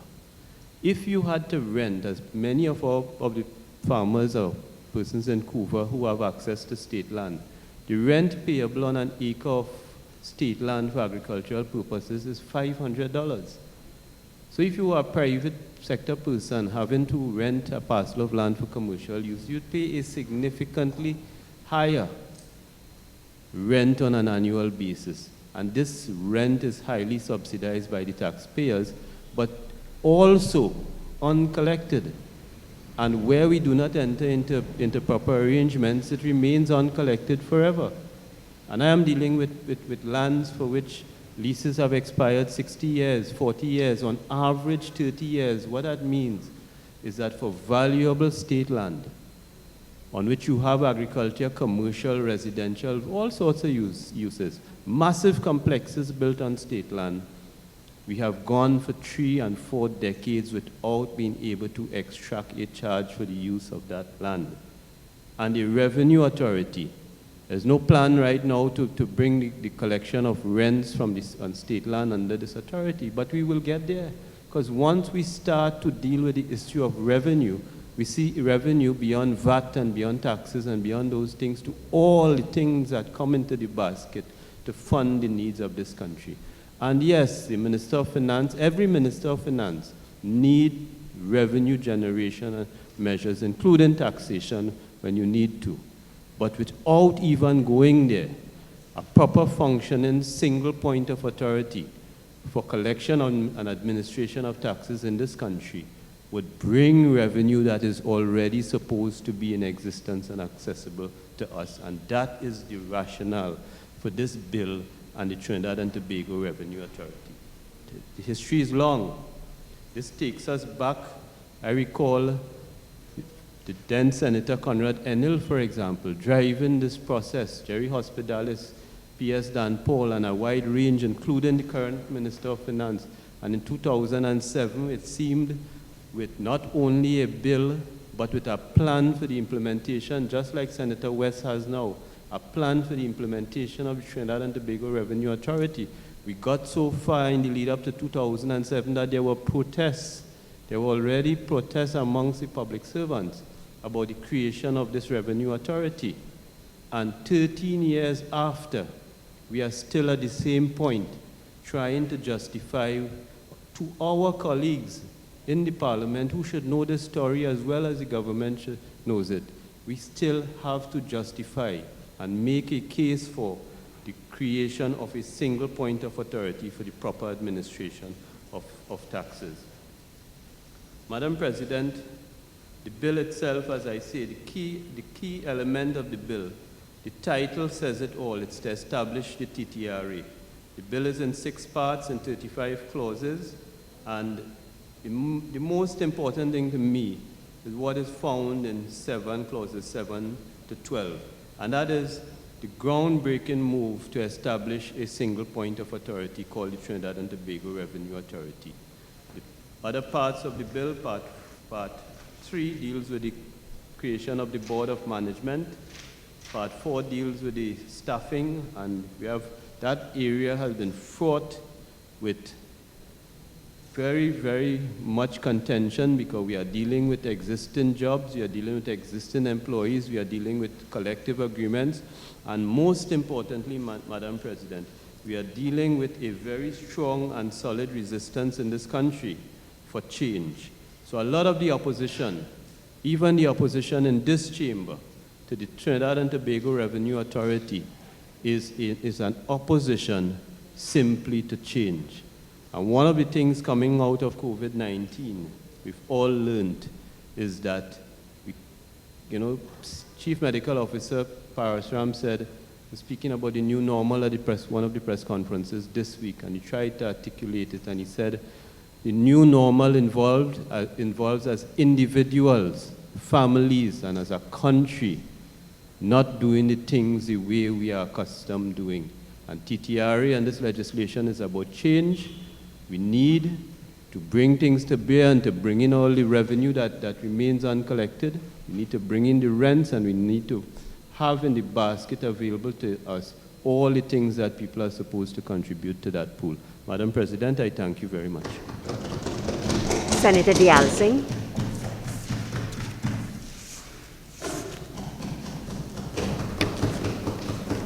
Madam President, I thank you for giving me the opportunity to present on this bill today. And I must give thanks also, Madam President, for the parliamentarians who have made it here, for our health, that we have come here, we have survived the COVID, we have here. I have to use this opportunity to thank the Minister of Health and his team for doing such a remarkable job in somehow preventing the wave that we were expected to go in a way that it would have really put a strain on our economy, a further strain. So all in all, the successes that the health system gave out is something that I must say, if there are questions to be asked after, I think this is not the time. We can always bring up questions if people have to look at expenditure and whatnot. Right now, it's a time to mobilize the country to get those figures down. And so far, I think we have succeeded. As a medical practitioner, I say that. With economics, misspending, that will come about. I have to also give thanks to the Prime Minister for his constant schooling of the individuals who do not listen to simple procedures. He did it in his own way, but he needed to do it. He needed to make people understand the social norms. But the behavior of persons, Madam President, would show us that if persons do not have that civic responsibility to obey the social norms and social distances, some persons in our society do not have the civic duty to actually pay their taxes. But you see, right now there is a trend that if you default on your taxes, it's a human rights abuse. And that's a debate that comes about persons who do not pay their taxes should be looked as persons who are, it's a human right abuse. You have to pay your taxes to maintain your country. And right now, I am saying, some persons say not cancelling Carnival, that we should have cancelled Carnival. But then it's a gamble, in which it's a gamble. And I think the gamble worked in the favor of us and the country, and we probably would have gotten some returns on that. So it's a gamble that paid out. Our casualty are minimum, and therefore I'm saying we have to realize we are a country that should be proud how we are handling it. We are a country that we could even teach the United States how they should be handled a pandemic. So we are starving off excessive expenditure. Now we are borrowing the stabilization fund, the Heritage and Stabilization Fund. And as I'm in the effort of thanking, we have to thank a previous Prime Minister, Mr. Basu Pandey, for having that idea, for having it there so the population could depend on that. So as some people, and I'm saying, you know, so this bill that we are debating, it's a way that we have to appreciate that the government needs money to run. We already saw that. We saw the expenditures, the instances where a lot of monies are in, like what we call a hidden economy. So we have cases where monies should be in the public domain, helping for healthcare, helping the citizens. You found that we saw the abuses that occurred when the money was changed, when we got plastic money. We saw the abuses where individuals came out with millions in 2 days. Banks actually show that. So we have known that some people would not do their civic duty to pay. We know some people may be, incapable. I have some patients who have small business that went on to a big business, and they somehow do not have the know-how. So we have to provide them with those means. So therefore, paying taxes is something that we have to somehow encourage people. And I'm looking at the fact, Madam President, that in the United States, people fear the IRS. Here, people will now have to respect any new authority that goes after the taxpayer who's not doing his due or giving his due. And I'm also here in the business community saying now they're fearing Auntie Allison, or our business could go west. So if we are taxed too much. So we are hearing those saying the business persons are actually fearful what may happen. Some small businesses may not survive. And this is where I want to look at the bill, Madam President, that yes, we have to go after those persons, but we have to ensure that there could be a buffer for these people, because they have the small business who now have to put out that money and may not know how. Because it has come to our attention that persons were not even paying NIS for some workers. And if that is so, and they now have to pay, we have to get some way of letting them pay, but continue their working conditions, yet still given to the state. We have had tax amnesties before, so we have to work on this. I look at the cases where we have to now look at the whole social construct changes, the scavenger, the grocery attendant, all those people who are in the forefront, all those people who are there, the young doctors who were waiting for jobs, suddenly drawn into the front line, who were treated with such disregard before, suddenly now they are working and they are hired to work at Cuba and other places. Those are persons who we have to look as heroes, and we shouldn't forget them when this COVID issue is over. So I give thanks. So I have to give that thanks. And then I must say, Madam, we have to realize the measures, as COVID was mentioned today, the measures given, I think is excellent. I personally think to help us with this economy. I know the business elite may be saying, restart the economy, but I think we should legislate a mandatory wearing of face masks, extending the period of lockdown for a month, and also legislate against social distances. So I'm saying those are things. If this COVID is not spread, we are in a better position for our economy. So therefore, given praise, I must now give a little criticism. And the criticisms I would like to give, Madam President, is the fact that we are in a situation where we depended on oil, the oil revenue. And the oil was there. We were going fine. We had the boom years. But it is successive governments on both sides, opposition and the government and the opposition, who really failed to go after the small businesses, or failed to go after the businesses that were not really paying taxes. So again, now the government has a challenge that the oil money is not there. They have no choice. They have to go out now to get that money, to run the country, to give us that level of getting that income. So what I'm saying is it was really the fact that we thought that we were in the boom days, money was no problem, and in a sense it may have been politically short-sighted of certain governments where they thought they had enough money to burn. And now this mentality has to change. So I'm saying, yes, it has to change.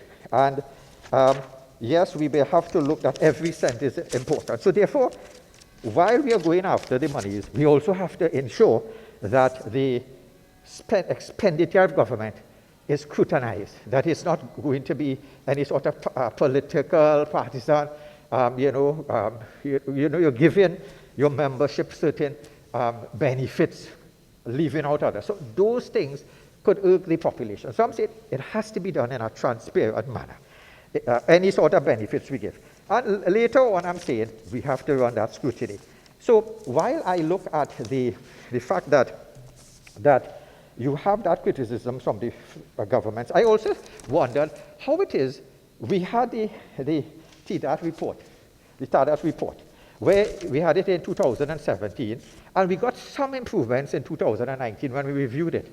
How come the government, who's the machinery, could not have kick-started something in the public service? You see, what I'm saying is if you assume a position of leadership, you should have a duty to say, hey, things are not working in BIR. Let me see if I could kick-start it. Let me see if I could put things in place. Madam President, I worked in BRI years ago. My father, every time I had a holiday, he would put me to work in different institutions. I got those holiday jobs. I worked as a clerk there. Pamela Williams, the niece of the former of the late Eric Williams, she showed a person who was an exemplar. So not everybody in BIR are persons who waste government times and do not work. I've been there, so I've seen her.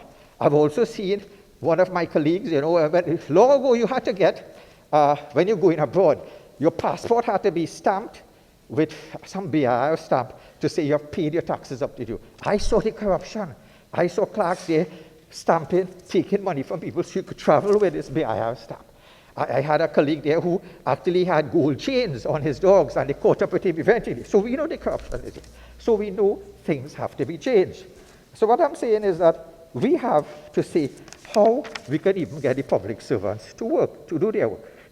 So when I looked at this, when I listened to this debate, I heard concerns, certain concerns raised. Now I know we need the money, but I hear concerns, and we must look at the concerns. So we look at the opposition making their concerns, and some on the government side may say that the opposition are just opposing for opposing's sake. But Madam President, allow me to read this, please. It's an article by Bruce Camion Smith, Ottawa Bureau, Tuesday, March 24, 2020, where it was really the headline, billions in COVID-19 aid held up as MPs refused to give Liberals broad tax and spend powers. So even in Canada, the opposition there would have, looked at somehow ensuring that the government does not misspend. So it's not just here. And what I'm looking at, the fact is, when we looked at the concerns raised by the opposition, two things I came about. They were saying the old structure could have still worked, utilizing the BIR.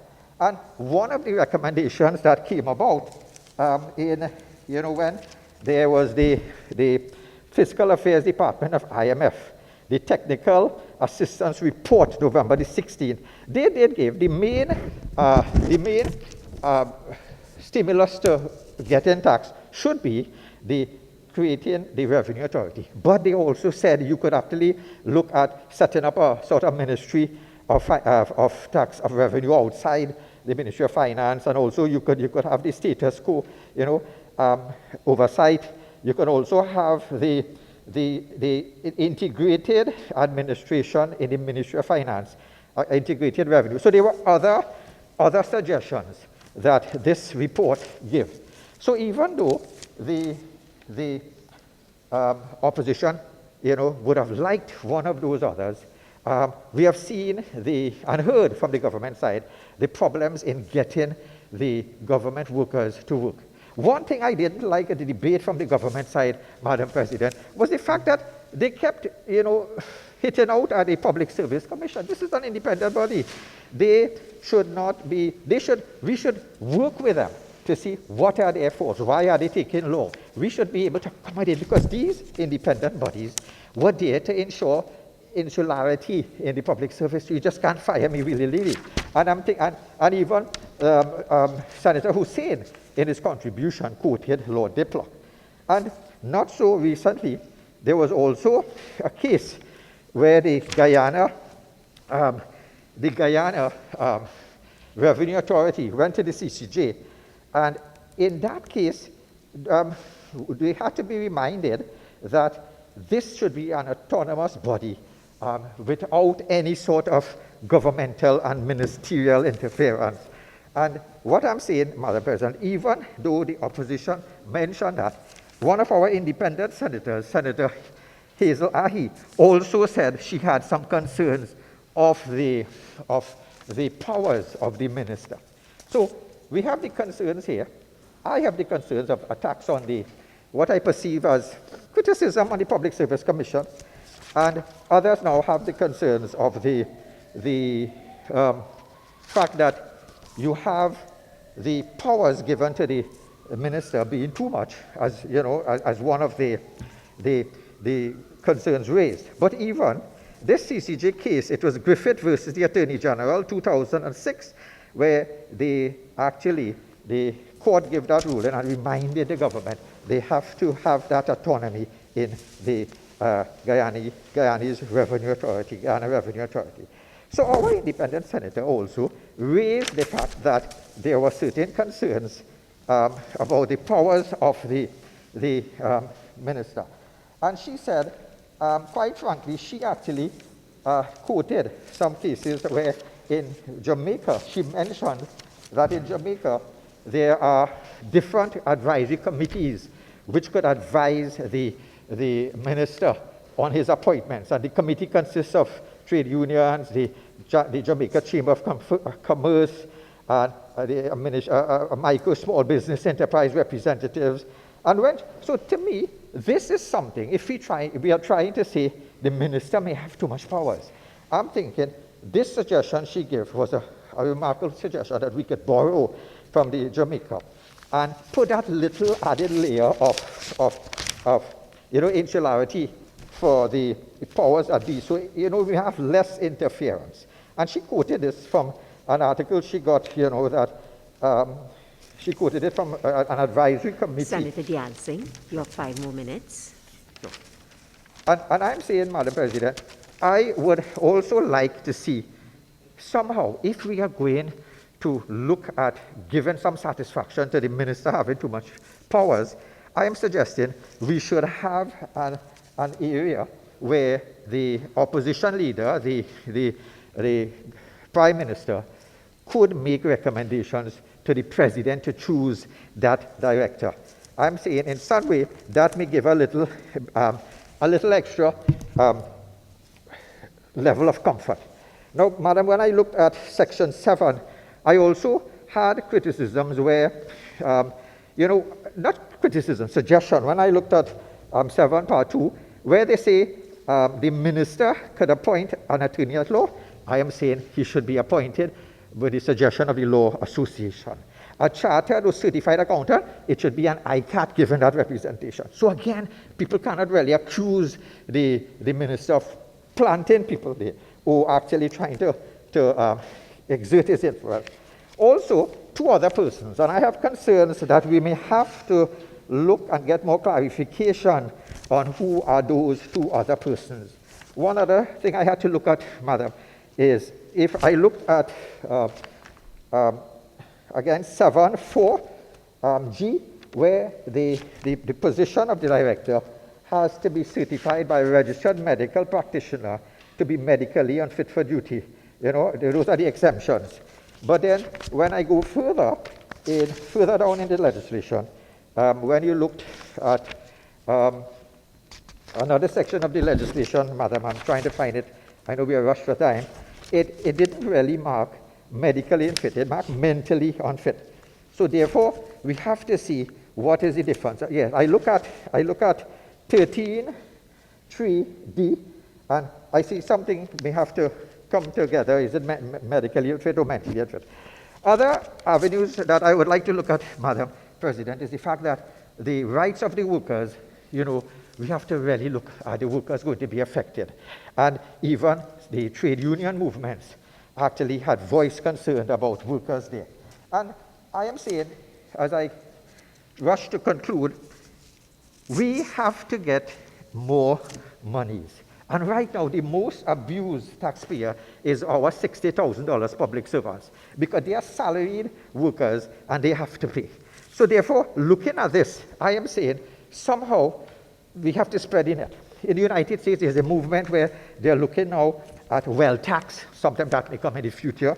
Already in Trinidad and Tobago, there's a certain area where they look at the LTU has been established, which is a large taxpayers unit. They look at corporate business exceeding 1 million. In Jamaica, they have something where they actually look at individual CEOs, owners, directors, and this should be implemented. So therefore, we could spread the net evenly. Again, as I conclude, Madam, I would like to say that I don't know if we could really afford to set up the authority now, because it takes money to set up that authority. And remember, we have that authority where statutory authorities actually from our contingency liability fund take a lot of money. So we may be going into a system where we are going to be spending money and we may not be able to afford it. One other thing I'd like to say, Madam President, is the fact that the Director General, how could we ensure that his role, that he would not be, there are a list of conditions where he can be removed from his job, but we have to ensure that if for some reason he goes against the minister, would the minister be able to fire him? Because at one of these, when I looked at the reason he could be fired, one, it has to be some satisfactory reason, and I'm thinking that should not be there. We remember Central Bank, Jawala issue, we don't want reoccurrence of that. And at the end, I want to say, Madam, that when I look at this,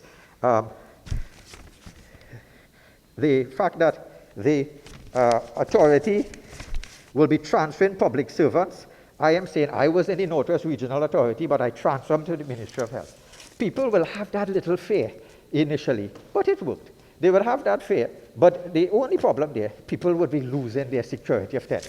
So I'm saying, Madam, in a sense, I listened to the debate, Your and time I'm is up. hoping I can make a decision later. Minister in the Ministry of Finance.